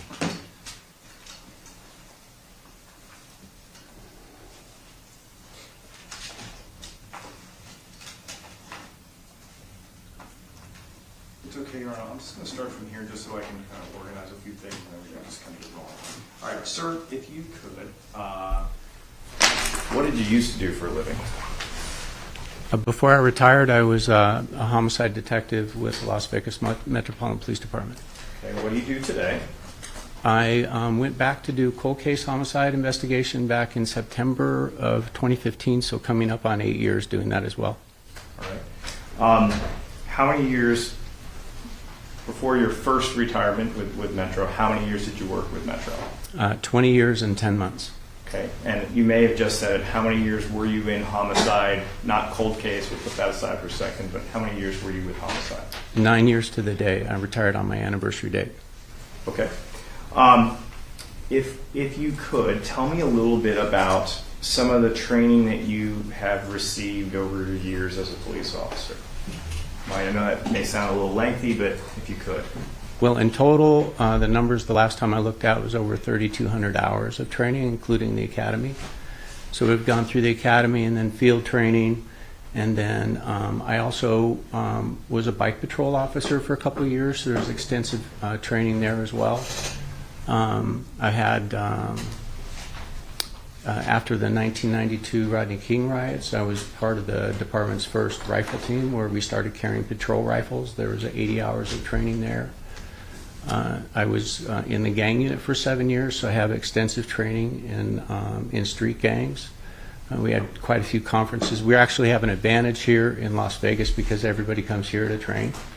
So there's a lot of agencies that will come to various locations in the valley to train. So we get to go and be a part of that. Sometimes the department arranges for it, and then other times we'll pay for our own training. So I've done a lot of those conferences. Both for gangs, and then when I intended to go into homicide, I took some courses on homicide investigation, practical homicide investigation through, there was a retired lieutenant commander in New York Police Department that wrote the book on practical homicide investigation, and he would have an annual conference here every year. I've attended that several times. Just, continuous ongoing education in addition to reading periodicals and books, and I'm part of the International Homicide Investigators Association as well. California Homicide Investigations would do their annual conference here in Nevada, and I've attended that several times.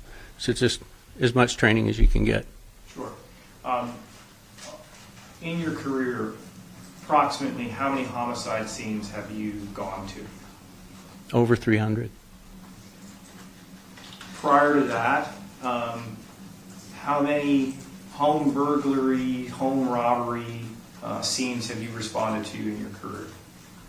I really wouldn't be able to give you a number. One of the advantages of working in the gang unit is we investigated the person committing the crime and not the crime itself. So we had that, we could do burglary investigations or credit card fraud investigations or drug investigations. So we had quite a range of experience working in gangs because, again, it's the person and not the crime that's being investigated. So I wouldn't be able to estimate really, but quite a few, dozens, certainly. Understood. Tell me a little bit about what firearms training you've received through the course of your life. So there's the academy firearms training. Well, in the course of my life, I was a military policeman way back in 1981, so I had that training in the military. with the .45 caliber handgun back then and the M16, which is the fully automatic version of what you hear about the AR-15. So I had extensive firearms training there. I was part of the U.S. Army Special Reaction Team, so kind of like for me it was Fort McClellan, Alabama, so I was part of their response team, or what you would call a SWAT team, so we did quite a bit of training there. After I left the Army, I was at a nuclear power facility in Arizona, where I was a response team member for a couple of years. Then I was promoted, and I was a response team leader for 5 years before I came here to Metro. All right. Detective, did you respond to 6517 Rancho Santa Fe here in Las Vegas, Clark County on May 8th, 2008? I did. Around what time do you get to that scene? About 10:15 p.m. is when I responded, when I arrived. I think it's 10:19 to be specific. All right. If you could, tell me a little bit about the homicide unit. Are you familiar with the term like a squad, a homicide squad? Correct. What is that in reference to? Well, back when this occurred, there were 4 sergeants over homicide. There were 6 people on each squad, so I was part of Rocky Alby's squad. You had a designated partner that you worked with. My partner was Rob Wilson at the time. He was on vacation when this occurred, so he didn't respond. And then we have 2 other 2-man teams on our squad, and we'd have a rotation that went through all of the squads. All right. When you arrive, if you arrive to a homicide scene and your group is tasked out there, how do you guys divide up? How's the division of labor work typically? We take turns as partners. So if you're up in rotation, that means you and your partner are going to catch the next case. And it just flip-flops back and forth between whether you were the person that took the lead last time, and then it would be your partner's turn this time. It's completely random. In this situation, again, my partner was on vacation, so no matter whether it was my turn or not, I was going to be the lead detective on the case. And who was your partner at that time? Robert Wilson. We were partners for 7 years total in homicide. All right. When you get to this scene and you're up and Detective Wilson is gone, what was the responsibility that night for you? So I was responsible for investigating the crime scene itself. And then there were other detectives that responded to the scene for the briefing initially. So we had Detective Long, we had Detective Mogg, Detective Hardy all from our squad, and then Sergeant Albee was there. Our lieutenant was there as well. Let me ask you this: when these multiple members of your homicide squad show up, do they all just start waltzing through the crime scene? No. Okay. Do they walk through the crime scene? No. Initially, we were waiting for every last person who's been assigned to the case to respond, and so I'm not too far from where this occurred. I'm at the west end of Cheyenne, so I was one of the first to arrive. And then we have Detective Long, who's way southeast in the valley. He was the last to arrive. I want to say at around 10:40. So even though I'd gotten there 20 minutes earlier, we wait until everybody's there. The senior crime scene analyst that's going to be on the scene, the CSA and the crime scene analyst supervisor. So we all brief it at once instead of trying to parse it out, one as each person arrives. So we didn't brief until probably, I'd say, 11:15.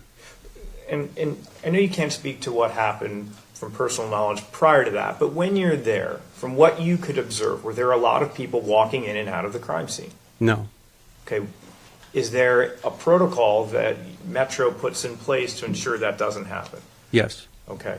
And as far as you could observe, there were not people going in and out of the crime scene? There was nobody going in and out of the crime scene. As the lead detective on this case, if you did see people doing that, would you stepped in and said something?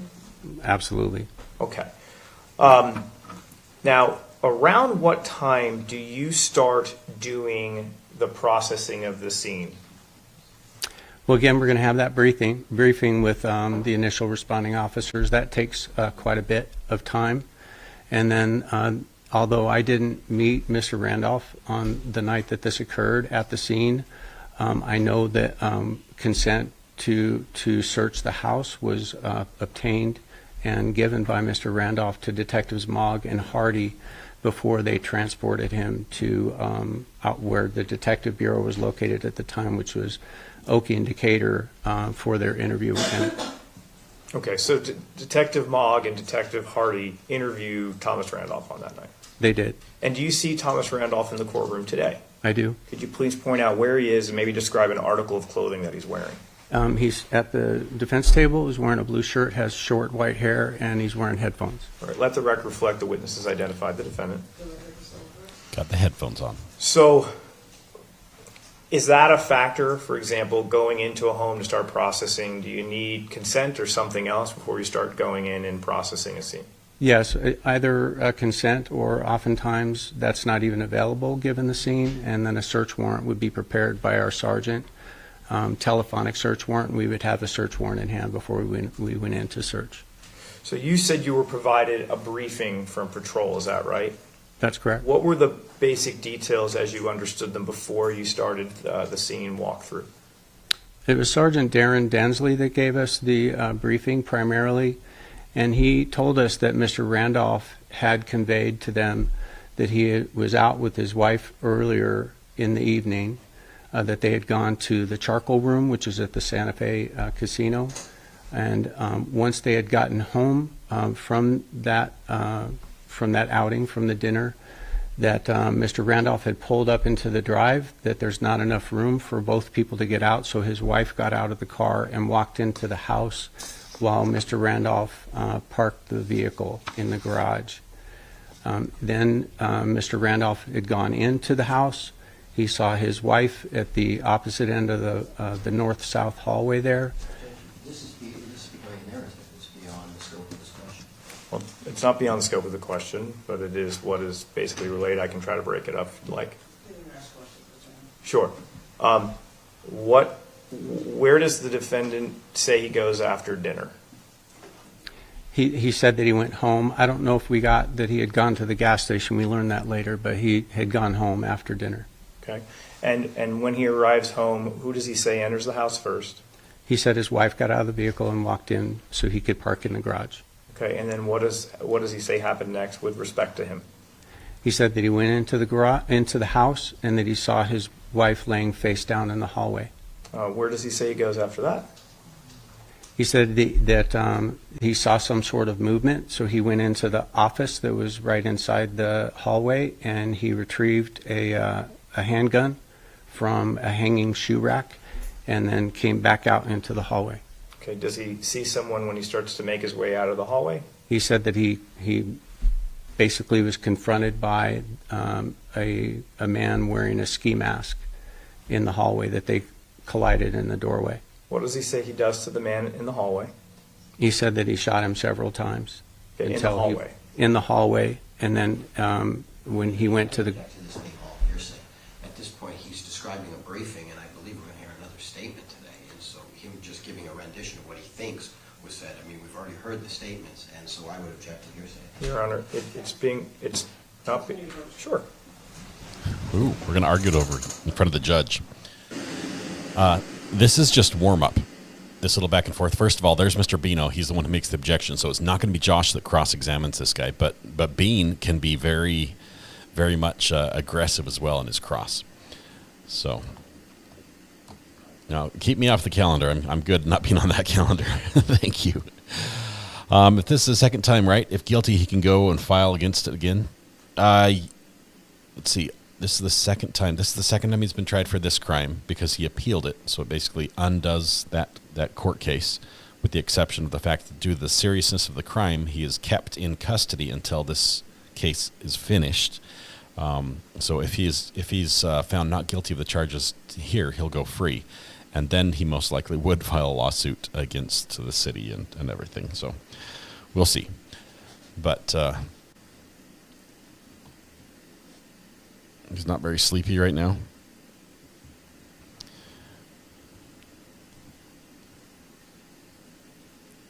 Hey, Matthew Harris is here. Matthew, how are you doing? Oh, there's the sleepy. As if on cue, he heard us and he remembered he was supposed to fall asleep. No more yoga today. Ooh, he's got the yucky cough rag.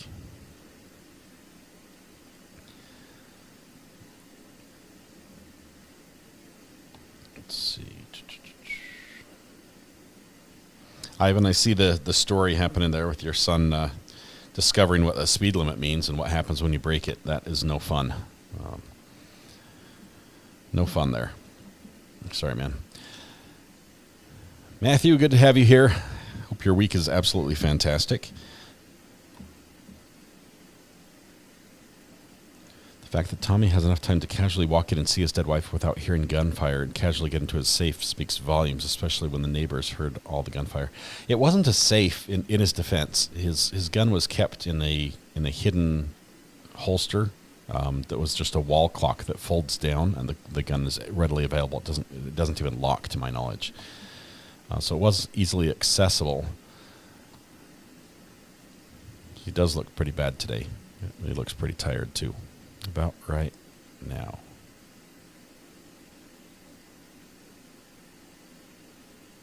Wait for it. Wait for it. Oh. The arms just about gave way. It was about to be a full body collapse. I hope the jury gets it right again. Well, he's 1-1 right now is his record. Back's hurting. Are we going to stand up? He has to ask the bailiff first before he stands up. Otherwise, they'll probably tackle him. But the judge has given him permission to stand. He'll just need to let them know first. I don't think he's ever going to thwack his face on the table, although I do love that word, because I honestly don't believe he's actually fallen asleep.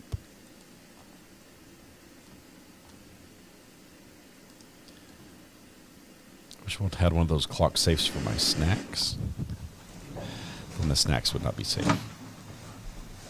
So as I was saying, as you I won that spoke one. to him, he relays that he's doing shooting in the hallway. Is that right?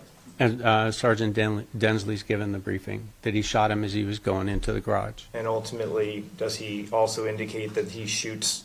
Randolph indicates to the patrol officer that he shot like a couple more times in the garage when he's on the ground in the garage. I need you to be specific that this is what he was told. He was Yes. not present when Randolph said Understood. any of these things to the officer. Yes, Your Honor. Right. So you're getting a briefing from Densley, right? Correct. Okay. Densley spoke to Randolph, right? This is hearsay. Yes. But it's allowed. And Densley is relaying to you some background information, correct? Right, a briefing. So there's shooting in the hallway, but then there's a couple more shots, I guess, when he's just falls into the garage. I don't remember him saying a couple, but yes, there's a shot in the garage, he said. Okay. So, you mentioned that Detective Mogg and Detective Hardy conducted an interview with the defendant that night. Is that right? Yes, they did, and into the morning. And when you process this scene, it's from what time to what time? We probably got into the scene around 11 o'clock. 11 o'clock.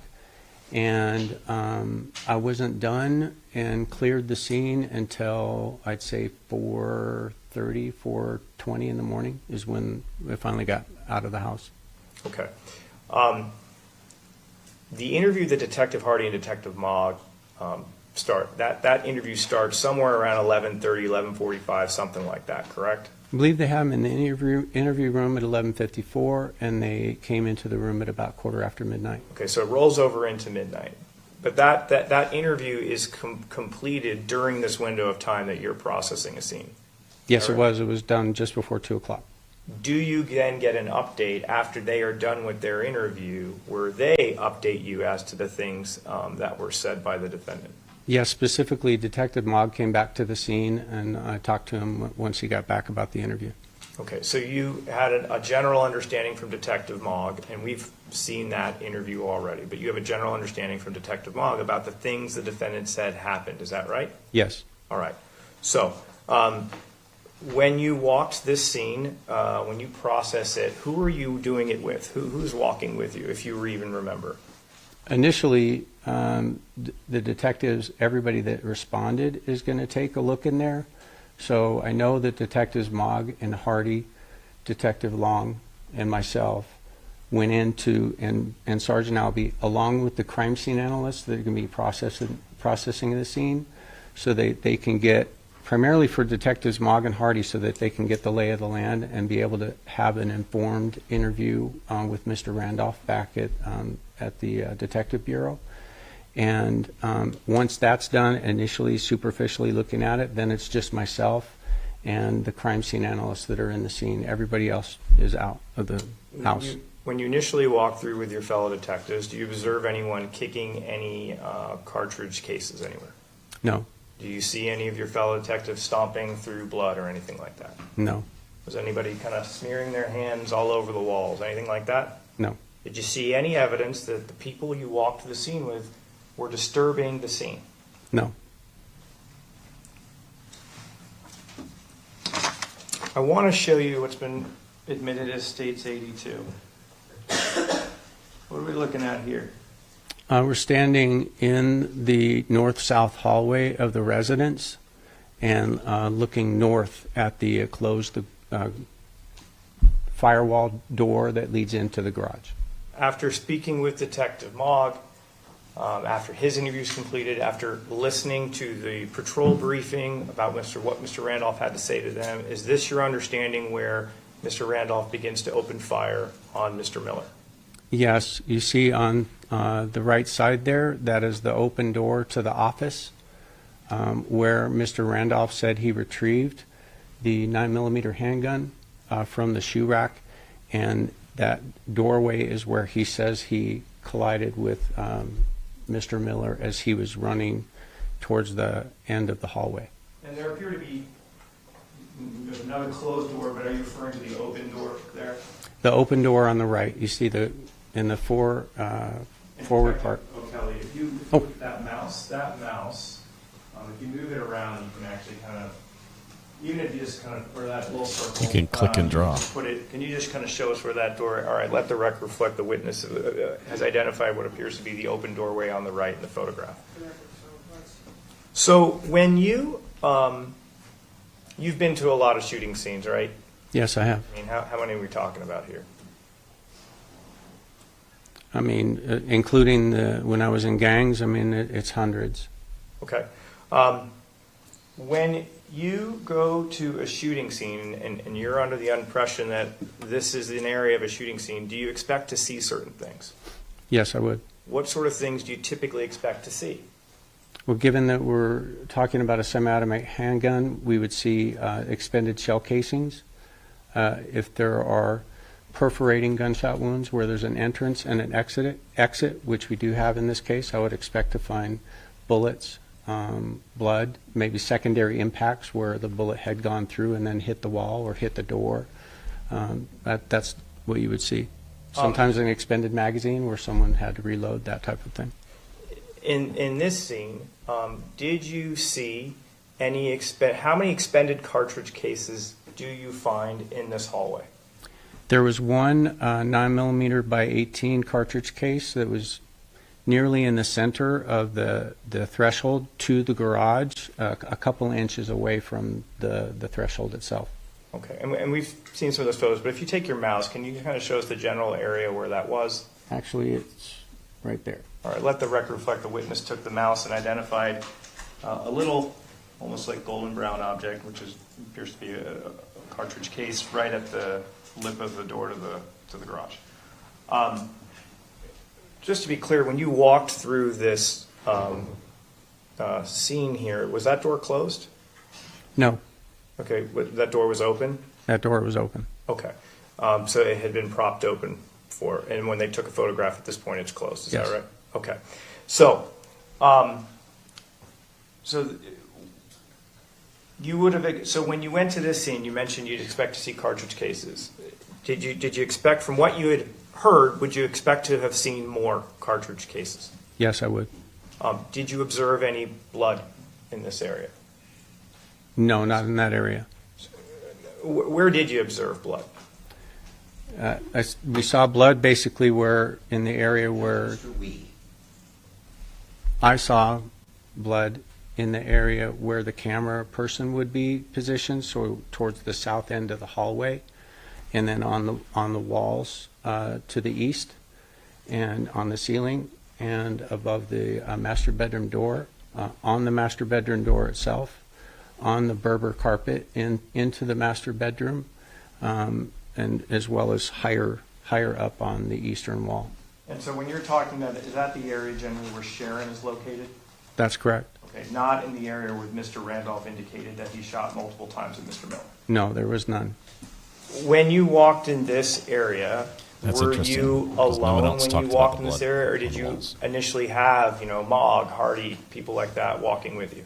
Initially, they would have come in and taken a look at the scene along with me, yes. Do you recall anyone remarking when you're in this area, oh, look, there's some blood? Anyone say anything like that? No, How about CSA Smith? no. I mean, isn't that kind of his job too? To It be is. looking for that sort of stuff? So he doesn't remark and see anything here. That's correct. You don't see anything here. No, And all the other detectives that walked with you didn't see anything there. no. All right. Have you been to shooting scenes that are kind of in close quarters? I mean, this is a hallway, right, versus an open field. Yes. Do you have any expectations about what you might expect to find if a shooting scene occurs in kind of close quarters? Again, because of it's going to retain the projectiles as they come out, the expended cartridges would be retained in that close quarters area. If there's perforating gunshot wounds, you could potentially find bullets in that area. You would find, again, if it's perforating, you would see blood and possibly bone and tissue and hair related to those gunshot wounds. How about strikes to the wall? Could that be something that you expect? Like a ricochet of a bullet, kind of, or even a cartridge case ricocheting off of drywall or something like that? That's possible, I guess. I mean, with a cartridge case itself, it just depends. I mean, they're cylindrical in shape. If you were close to a smooth surface and the cartridge case landed on the open end, you might see a little semicircle if it's possible. It would be difficult to differentiate between just regular wear and tear on a wall to be able to specifically say that you think that's where a cartridge case hit. They don't come out covered in soot where they're leaving a black mark or anything like that. You can be at the range all day and we do police call and we pick up brass and your hands aren't covered in soot. All right, so we've covered carts. How about bullets? So you said these were perforating wounds, right? Right. So they went through the body. Correct. Would you expect to see a bullet impact somewhere in that hallway? Certainly. Did you see any impacts in that No. hallway? However, when you look in the area towards Sharon, did you find an impact? Yes, we did. And was that noted and documented? Yes, it was.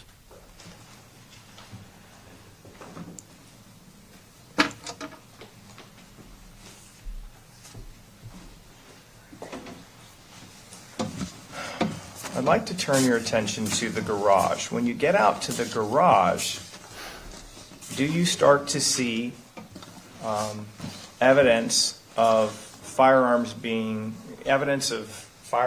used in the garage? Yes. What do you locate in the garage? We found a bullet. I found because we were together, the crime scene analyst processed as well, but there was a bullet to the right front corner of the Hyundai Tucson. We found a cartridge case over there on the west side of the Hyundai Tucson. We found a flattened out bullet that had come to rest underneath the right rear passenger seat area of the Hyundai Tucson. And we found an expended 9mm by 18 cartridge case on the east side of the Pontiac G6, which was parked on the east side of the garage. I know you go back there a week later, correct? Yes, we did, to the day. Are there other things that are found a week later in that garage? Yes, there were. What else was found? 2 additional 9mm by 18 cartridge cases were found on the west side of the garage. Actually, in the southwest area, there was an open toolbox that had a bunch of screws and nuts and bolts and everything, and a shell casing that landed in a small compartment there. and then there was another shell casing that was north of the water heater, and it was behind like a milk jug or a 1 gallon water jug laying there on the floor.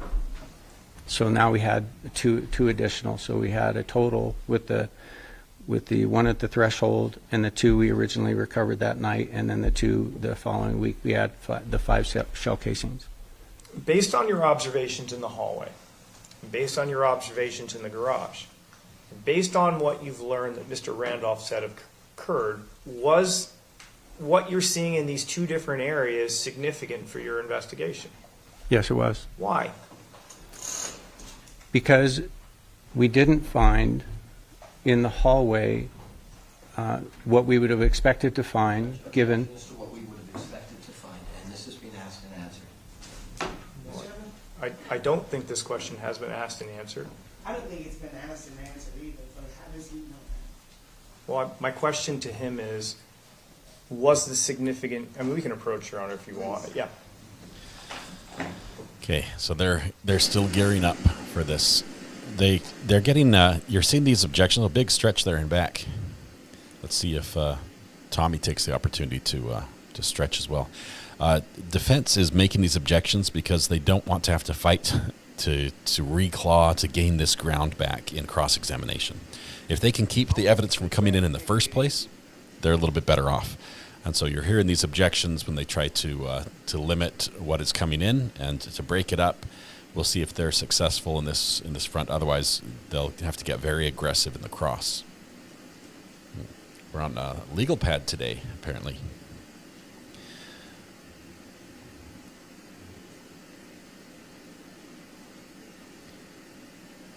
He's got his head down, but he's just writing. No sleeping right now. He's got work to do. Red Pen and Adam Neske did a great job on the podcast last week. Thanks to both of them for coming on. It was wonderful to have them.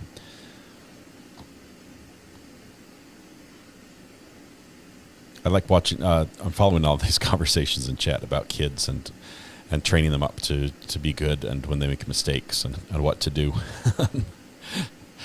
If any parent out there has figured out the whole system and how it works and how to teach kids and how to reach them and everything, please write a book and then sell it to me, because it's a trial by error. None of my kids came with instruction books, and every single one of them is different. They're all great kids, but I think you guys know what I'm saying.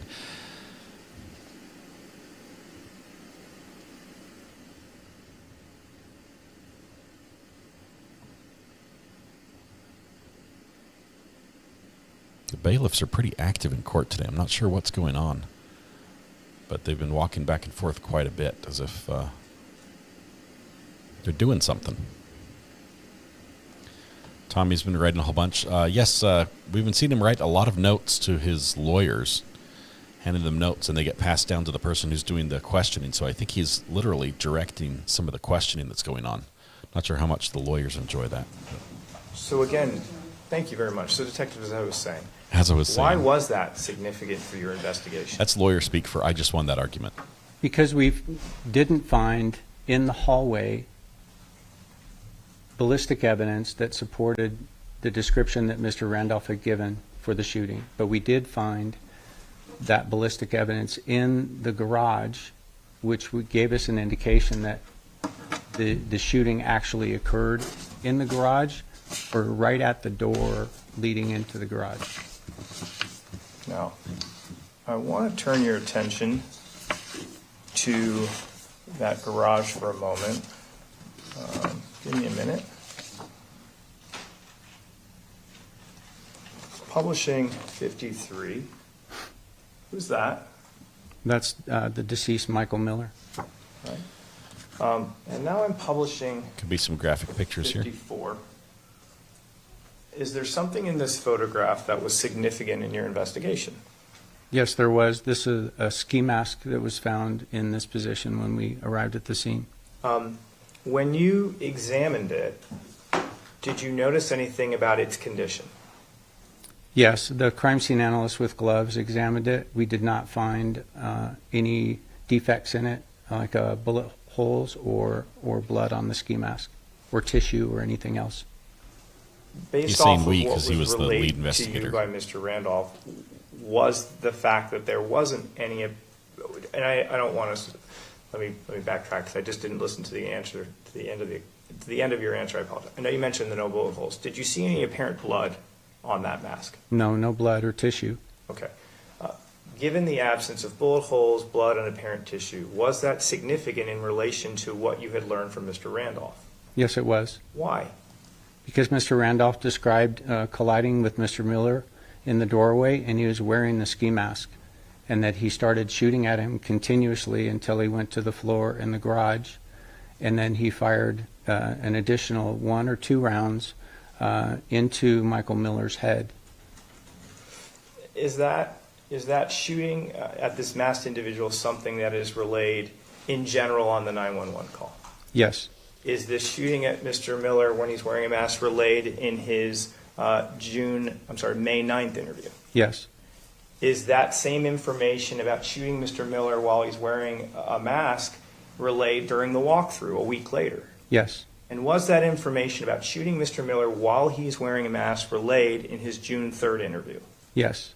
Okay, I know we'll get to that interview later, but the bottom line is that is something that is relayed by Mr. Randolph multiple times. We have another Correct. video to watch.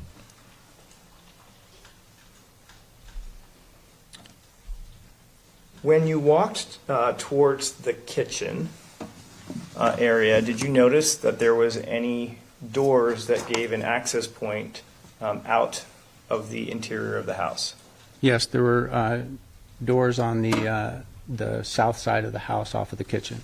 Okay, were those doors open when you arrived? They were. Okay. Was that of significance in your investigation? Well, it could have been. We weren't sure if maybe the door was open. Well, is there somebody with him? Because he's previously testified that there was a CSA with him at the time. So can you clarify that, Mr. Randolph? At all times processing the scene, Detective, do you have someone with you? Yes, the crime scene analyst. There's a senior crime scene analyst, and then a CSA 2 that are going to be at the scene the entire time.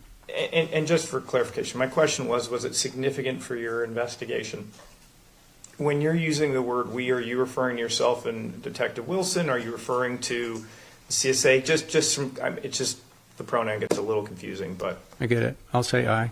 Okay. I saw that the doors are open, and that could be significant, given that could be an entry point for Mr. Miller. He's going to say residence. we again. Were there any signs of forced entry to that back door? There were not.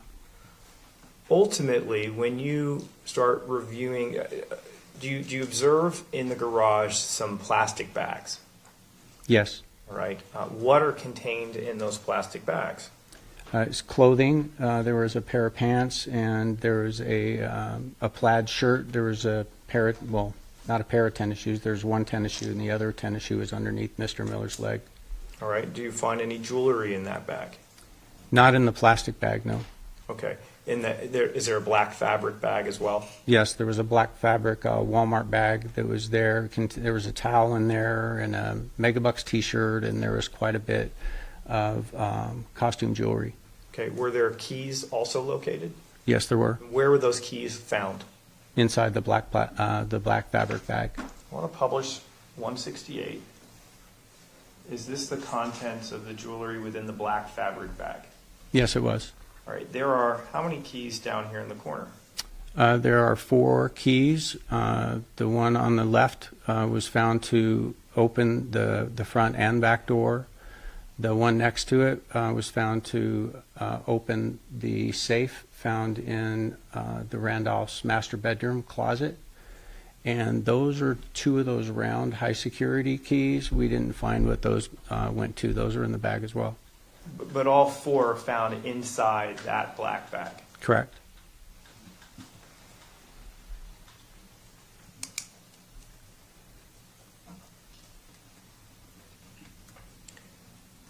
When you walked through the kitchen, did it appear to be rummaged through at all?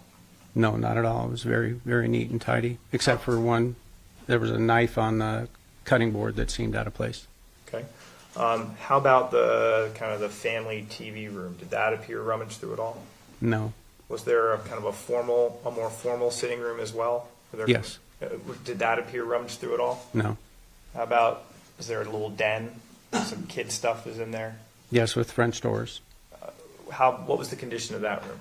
It seemed well kept. How about the other rooms kind of in that hallway? There are two rooms on the left. If you were facing where Sharon was, there's kind of two rooms to the left. Is that correct? Right, you're facing south, and there are going to be two rooms on the east side of the house.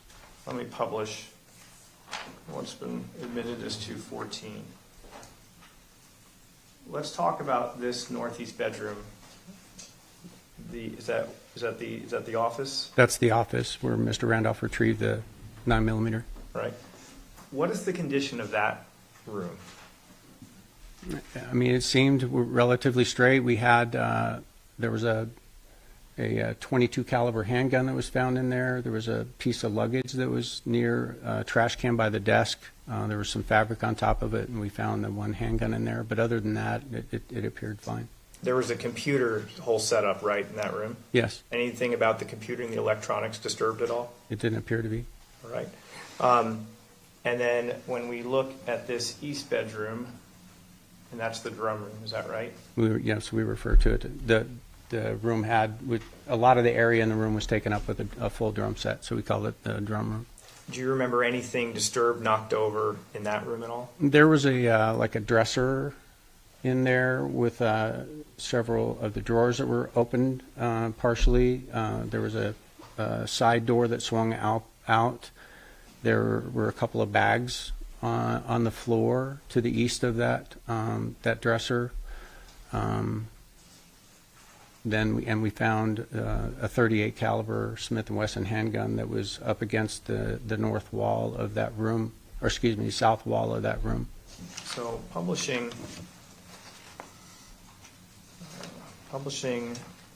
94, is this kind of a view looking into that hallway? Yes, we're looking in a southwesterly direction, and you can see into the master bedroom.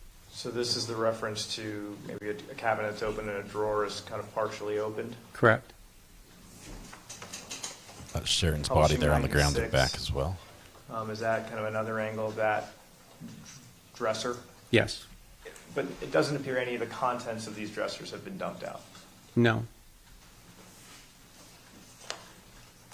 Publishing 99, and that's the condition of kind of the rest of that room? Yes, we're looking northeasterly from the doorway.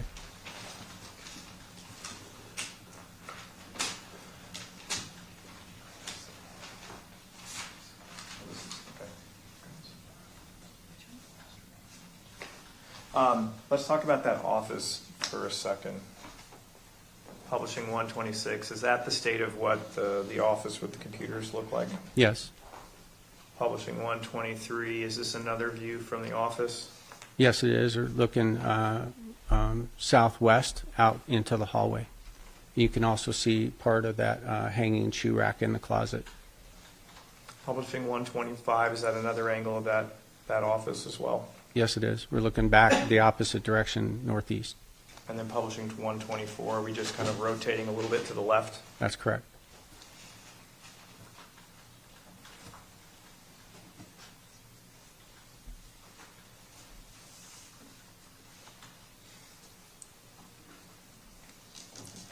You mentioned you also walked through the master bedroom, is that correct? Yes. Publishing 106. I missed the action is this figures. a look at kind of slightly inside the entryway of the master? Yes, it is. And what are these couple of boxes here? What do these appear to be? They are drawers from, if you were to go up from there, you can see a cabinet, like a curio kind of cabinet that's hanging on the wall directly above that little angel. If there you can see it. And the drawers would go into the bottom 3 slots there. Okay. Publishing 110. Can I go back to that last exhibit? Which one is that? Sure. I apologize, Your Honor. For the record, I was publishing 106, and you're indicating that these drawers fit in what is publishing 109, this structure that's affixed to the wall. Correct. Publishing 110, is this kind of the state of that dresser Yes, we're looking southeast in the master bedroom. Did it appear as if any, I mean, I know there's some clothes kind of, I guess, hanging on the side of it, but did there appear to be anything dumped out on the floor on the other side of that bed? No. Publishing 112. Yeah, the gun in the clock was the one that killed Sharon. Is this the condition of the master bedroom? Mike's gun was in the shoe at rack. the time that you walked through? Yes. Do there appear to be any comforters or sheets on this? No.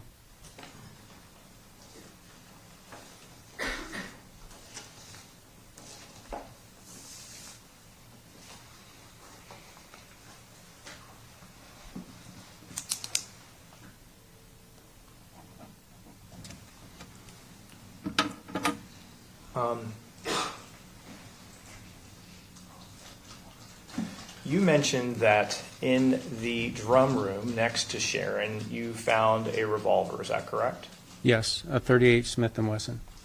And you mentioned publishing 214. So that in this room, and that is that the 15 signifying that revolver? Yes. Okay. You mentioned, let's talk about this office here. Is there another firearm found in there? Yes, that was a Smith & Wesson 22 caliber revolver. Does your investigation determine which of these two revolvers was used to shoot Sharon? Yes, the Smith & Wesson revolver indicated by 15, the .38 caliber, was found to have the hammer down on an expended .38 plus, which means plus powder or power, depending on who you're talking to. So there's a little bit extra energy that it communicates, and it's a semi-jacketed hollow point. Okay, so, and publishing 90, that's that firearm, correct? Yes, it is. Publishing 101, is that a close-up of it? Yes, it is. So this is the gun, and ultimately your analysts, forensic analysts, determined that this is the gun that actually shoots Sharon in the head. That's correct. But Mr. Randolph indicates that another gun was found on Mr. Miller. Is that correct? Yes. Is that, through the course of these interviews, is that the gun that he says Mr. Miller is potentially about to shoot him with? Yes. Okay. And where is that gun ultimately recovered from? Where does Mr. Randolph say he got that gun from? He said that he got it from underneath Mr. Miller, and that he brought it into the house, and that he said he was aiming for the trash can, but he threw it into the office, and it ended up landing on top of some fabric covering a piece of green carry-on luggage. Okay. Publishing 127. Do you see that green carry-on in the photograph? Yes, I do. Where is it? If you take your mouse, just kind of put it over in that area. This is the carry-on luggage. All right, let the record reflect the witness identified a piece of luggage in the bottom left-hand corner, 127. Publishing 128, is that a close-up of that same piece of luggage? Yes, it is. And publishing 129, is that the close-up of the gun? Yes, it is. All right. You mentioned that you have training and experience in handling firearms. Yes. Which is the more powerful of the two firearms? The .38 caliber, no question. Okay, so not this gun. No. Okay, why is that? Well, the .22 caliber long rifle rounds that are in there are being fired out of a short barrel, so they're going to be less velocity than you would get out of a rifle, but it's way, way lighter bullet, traveling at approximately the same speed as a standard 9mm. With the .38 caliber plus, or the plus P is what it's called, you're getting significantly higher velocity and a much, much heavier bullet, in addition to the fact that the .22 caliber is just a round nose, a soft lead. It has no jacket on it, whereas the .38 is a semi-jacketed hollow point that designed to expand on impact and create more damage. So, based off of what you've learned, not just from those briefings, but the subsequent interviews, Mr. Randolph's explanation is that Mr. Miller uses the more powerful weapon to kill his wife and then seemingly drops it for some reason. Yes. When you conducted interviews with him. I mean, I know you do one later with him, but you've also listened to the June 9th, interview. May 9th, yes. I'm sorry, May 9th. I apologize. Does the defendant indicate that he communicated to Mr. Miller that that night he was leaving Mr. Miller to go hang out with his wife? Yes.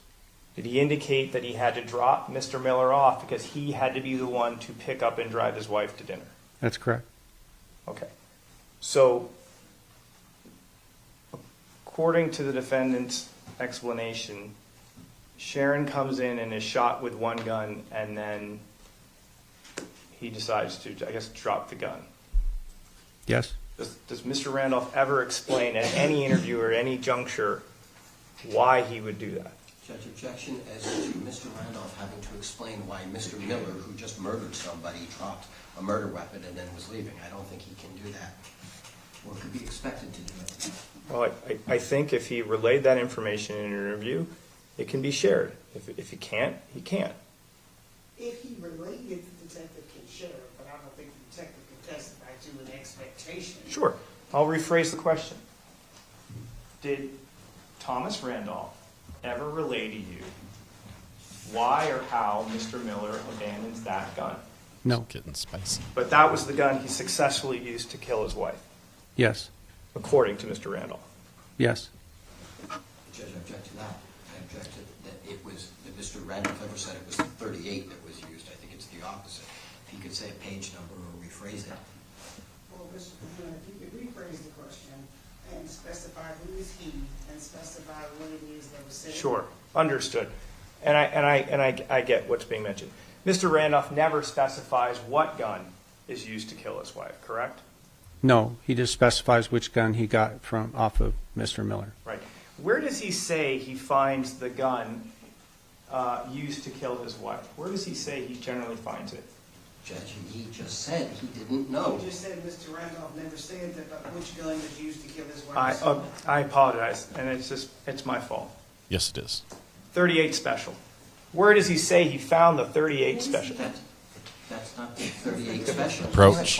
We'll get there. I'm going to get there, guys. I apologize, everyone. It's all right. I apologize. Trying to confuse everyone. Publishing 101. The 38 special. Where does Mr. Randolph say he found the 38 special? In the first interview with Detective Hardy and Mogg, he said that when he knelt down next to Sharon, that his knee was on it. So it was directly next to her body. And it's underneath her body. He said that he knelt down on it when he knelt next to her body. So the gun that your team successfully determines kills Ms. Randolph is found, according to Mr. Randolph, underneath her body. Or directly next to her body, because he knelt down to, later on, he talks about it and demonstrates it in the walkthrough video. He knelt down next to the east side of her body. Okay. When you process and walk through this scene, is there a purse found of Sharon's? Yes, there was. Where was that located? That was in the bathroom, directly off the hallway. Nearby Sharon's body? It was, I mean, it's a few feet because she's in the hallway, and the carry out from the dinner and her purse were in the... Publishing 103. Is that the purse and the charcoal grill bag? That's correct. Was there money found inside that purse? You could look down inside the purse and see that there was a $100 bill and also a receipt for the charcoal room. So there's money open in that purse? Yes. And it was left in the purse? Yes. When Mr. Miller is taken to autopsy, how much money is found on his person? There's $4 and something in change. He just had change. During the course of your interviews with the defendant, does the defendant offer you a possible motivation for doing this burglary is to steal money? Yes. But the money in her purse remained? Correct.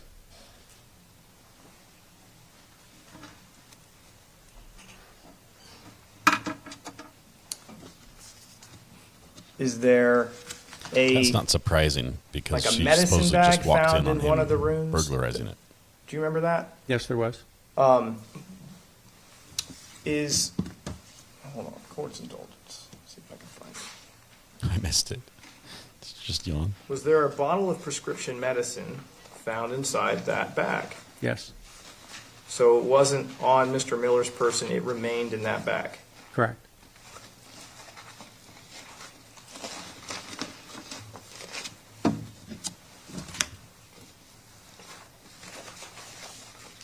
She had her purse on her because I had the receipt from the restaurant they had just got food at.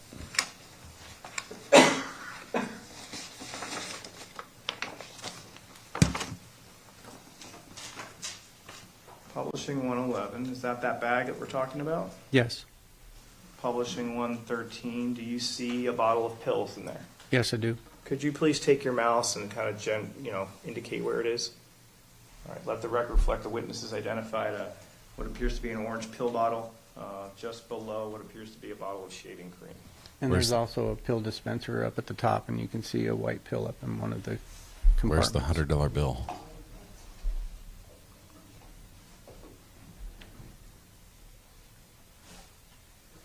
Do you guys see the 100? You had an opportunity to review the interview that Mr. Randolph gives with Detective Mogg and Detective Hardy. Yes, When you had a chance to watch it for yourself, were there things that Mr. Randolph shared that were of concern to you for the purposes of your investigation? Judge, I object to this. It's time to approach again. Here we go. Wait for a cross. This is going to be so good when they get a turn. It's going to be awesome. Yeah, DMB's like, what's the 100? It looks like a 1, but it has more zeros on it.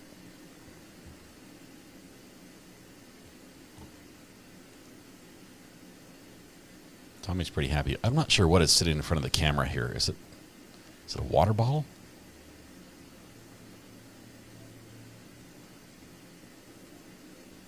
No, whatever it is right in front of the camera.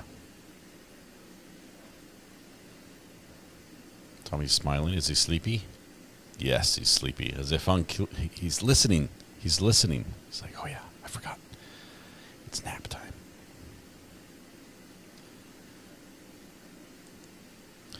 I am not going to be a judge of what purses are messy and what aren't.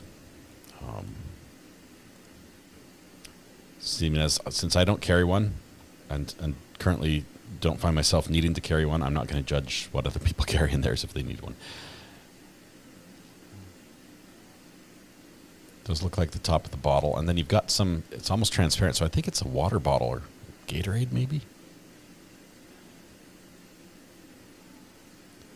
I'm guessing like the camera guy had like his Gatorade bottle and he was adjusting something, he put it up there, and then he can't get it because court's in session. He's looking at it like, oh crap, my bottle's up there in front of the camera. Collie, this is a great question. No, the jury actually cannot. That white noise you hear in the background, I can turn it up if you want. That static noise, that's being played quite loudly in the courtroom, and that's about all you can hear.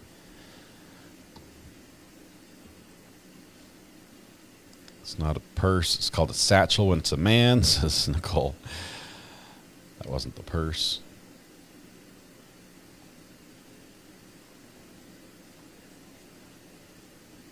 Color suggesting mayonnaise. It's possible. Possibly could be mayonnaise that's gone off. Oh, it's the water pitcher. Yeah, I do see the flare on the top. That makes a little sense. Yeah.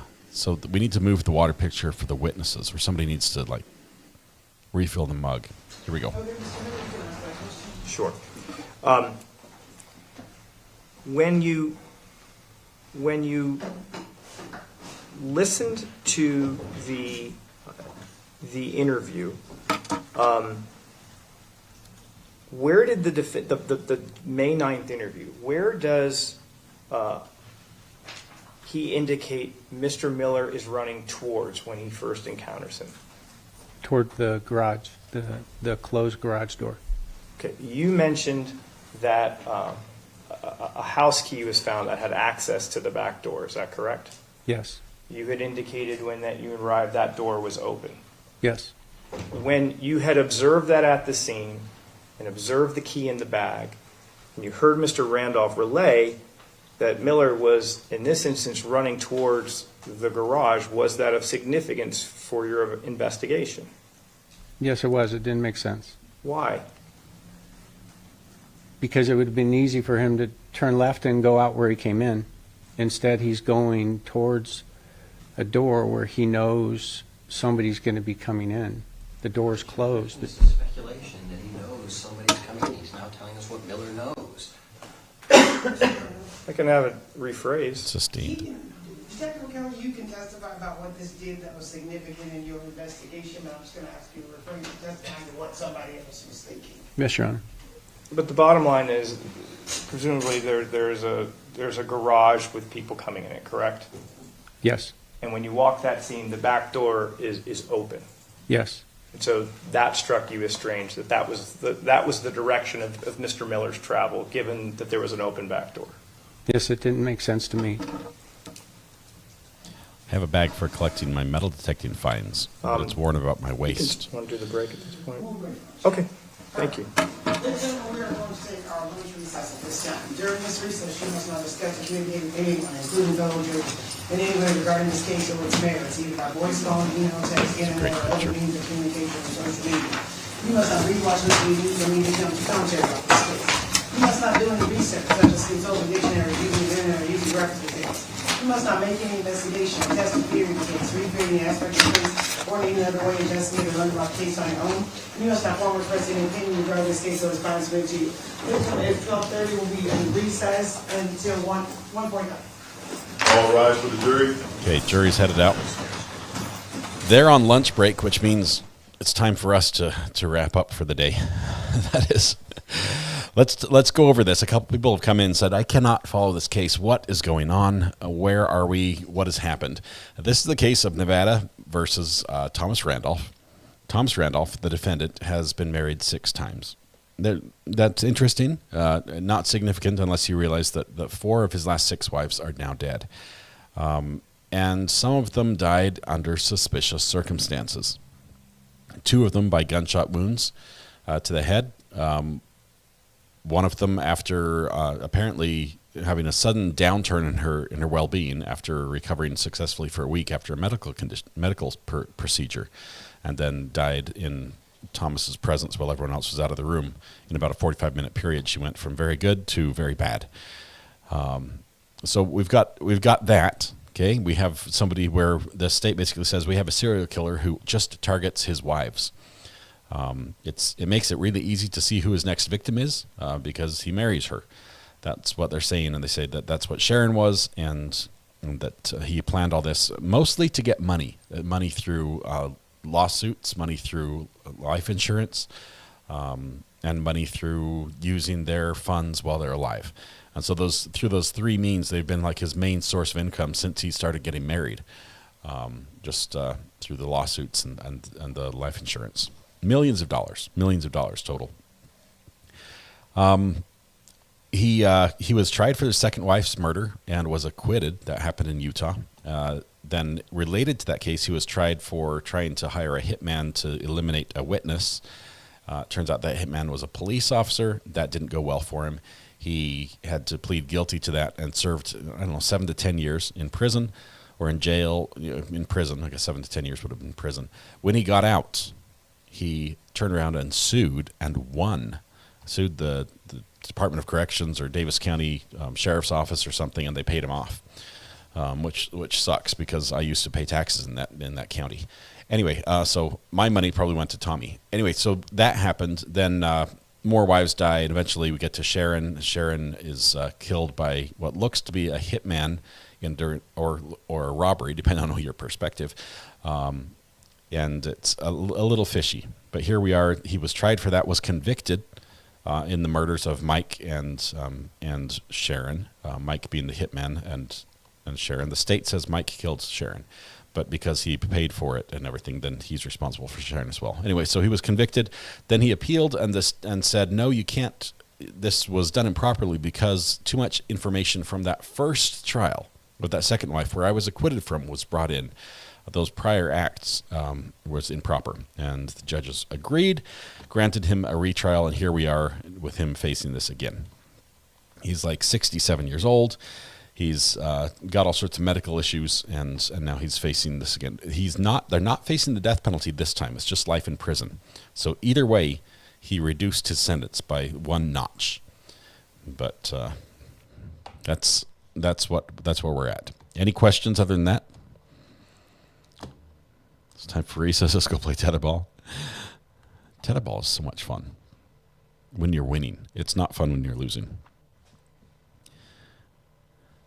It happened in Davis County. I need to research the comings and goings here in Utah. I remember seeing him in the news here, though. Yeah, it was in Clearfield that occurred. 4 Sons mom. I mean, if he is guilty, can he appeal again? Generally, yes. You can appeal pretty much everything. He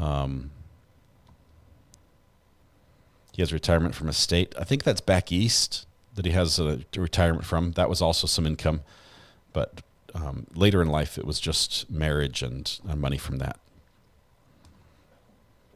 Gotta start calling him Teflon Tommy because nothing sticks to him.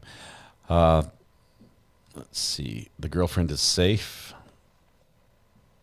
He's lucky he's not facing death penalty anymore.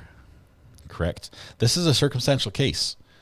There's some good, solid circumstantial evidence, but it's very circumstantial. Let's see. Kathy says, Recovery Addict, I'm kind of new to your channel. Why do you end streaming so early? Because if not, we would be going for another 4 hours. We'd be taking lunch now, which it's almost 3:40 right now in the afternoon. This would be our lunchtime, so we'd be going till very late in the day. A lot of our viewers are either across the pond or on the East Coast, and we're used to going live from 9 to about 4 or 5 or so. And so this ends up being a little bit earlier than normal, but otherwise we would be very late. And also, I plan my days and activities and the other things I'm involved with to be available in the evening. So there's like youth groups that I am a mentor leader for that I have to attend and things like that that would be conflicting. Jury seems really smart. They've finally caught on. Initially, they weren't asking questions, and unfortunately, they missed a couple really good witnesses that they seem to now have questions for the witness that witness could have answered. But they were a little slow in catching on to how the whole process works, and I blame the judge for that because she explained it so quickly that nobody got it. Debbie, we'll see you tomorrow. That should be great. Have a wonderful afternoon. Some of us jump ship to Brandy for the court's afternoon session. You can always do that.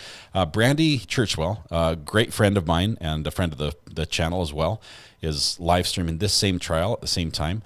And you're able to watch, if you want to watch the rest of this today, through late in the afternoon, you can do that over on her channel. I highly recommend that. If you'd rather watch it with us, we'll be following that tomorrow morning and then picking up when they go live tomorrow afternoon. So we'll be half delayed and then half live like we were today as well. And we continue that schedule. That just works best for us when it's a West Coast trial.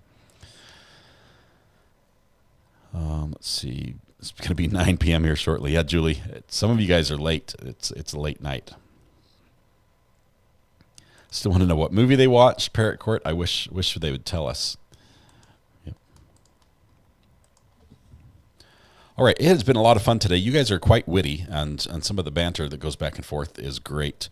Ivan, it looks like your son got the speeding ticket. Sorry about that. That's awful. It happens. I mean, but you know, in the long run of things, looking back, this won't be as bad as it could have been. Boston Girl, we love all your contributions to us and the family. Thank you, Boston Girl. Appreciate that. Appreciate all the gifted memberships you guys gave out today. The kind words and everything else. Hey, Mrs. R.A., how are you doing? You're going to be live. You want a book? Okay. She's walking right there.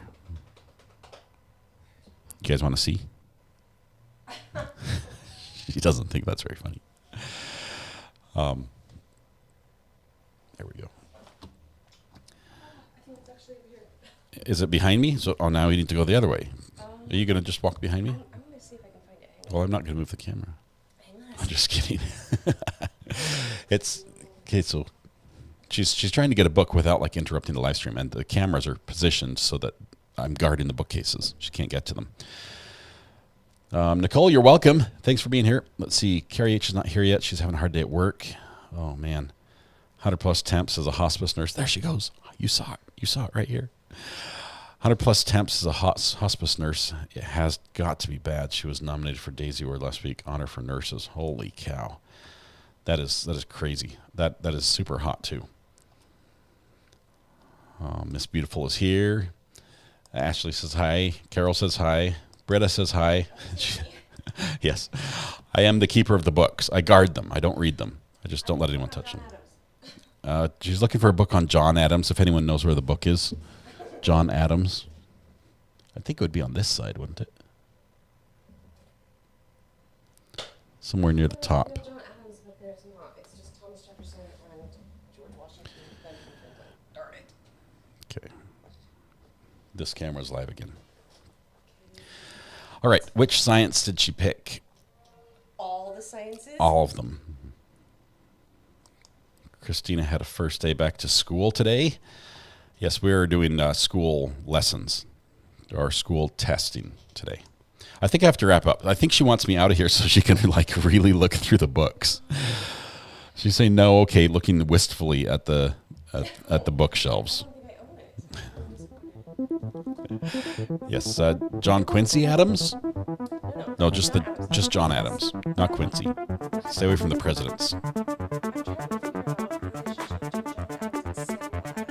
Well, Carol says she lives in the hometown. She'd be happy to call in and just give a lesson on it over Zoom.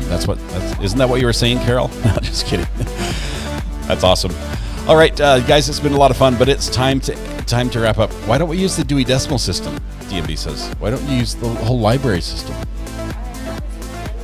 She has a system, and it has to do with colored dots, like they have this dot on the bottom. This is. No. Okay, so here's how it goes.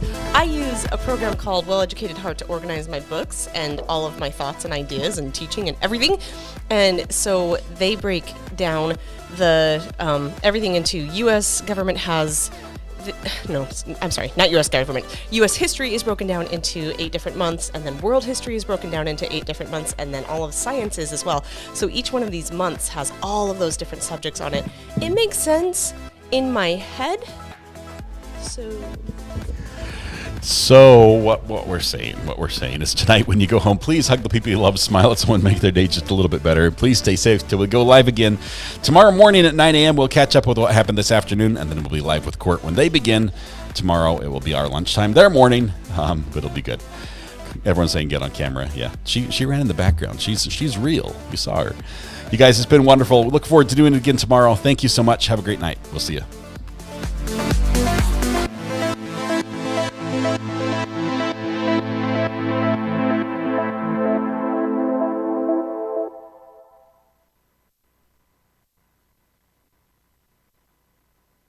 Scratch all that. Oh, that was terrible. I apologize.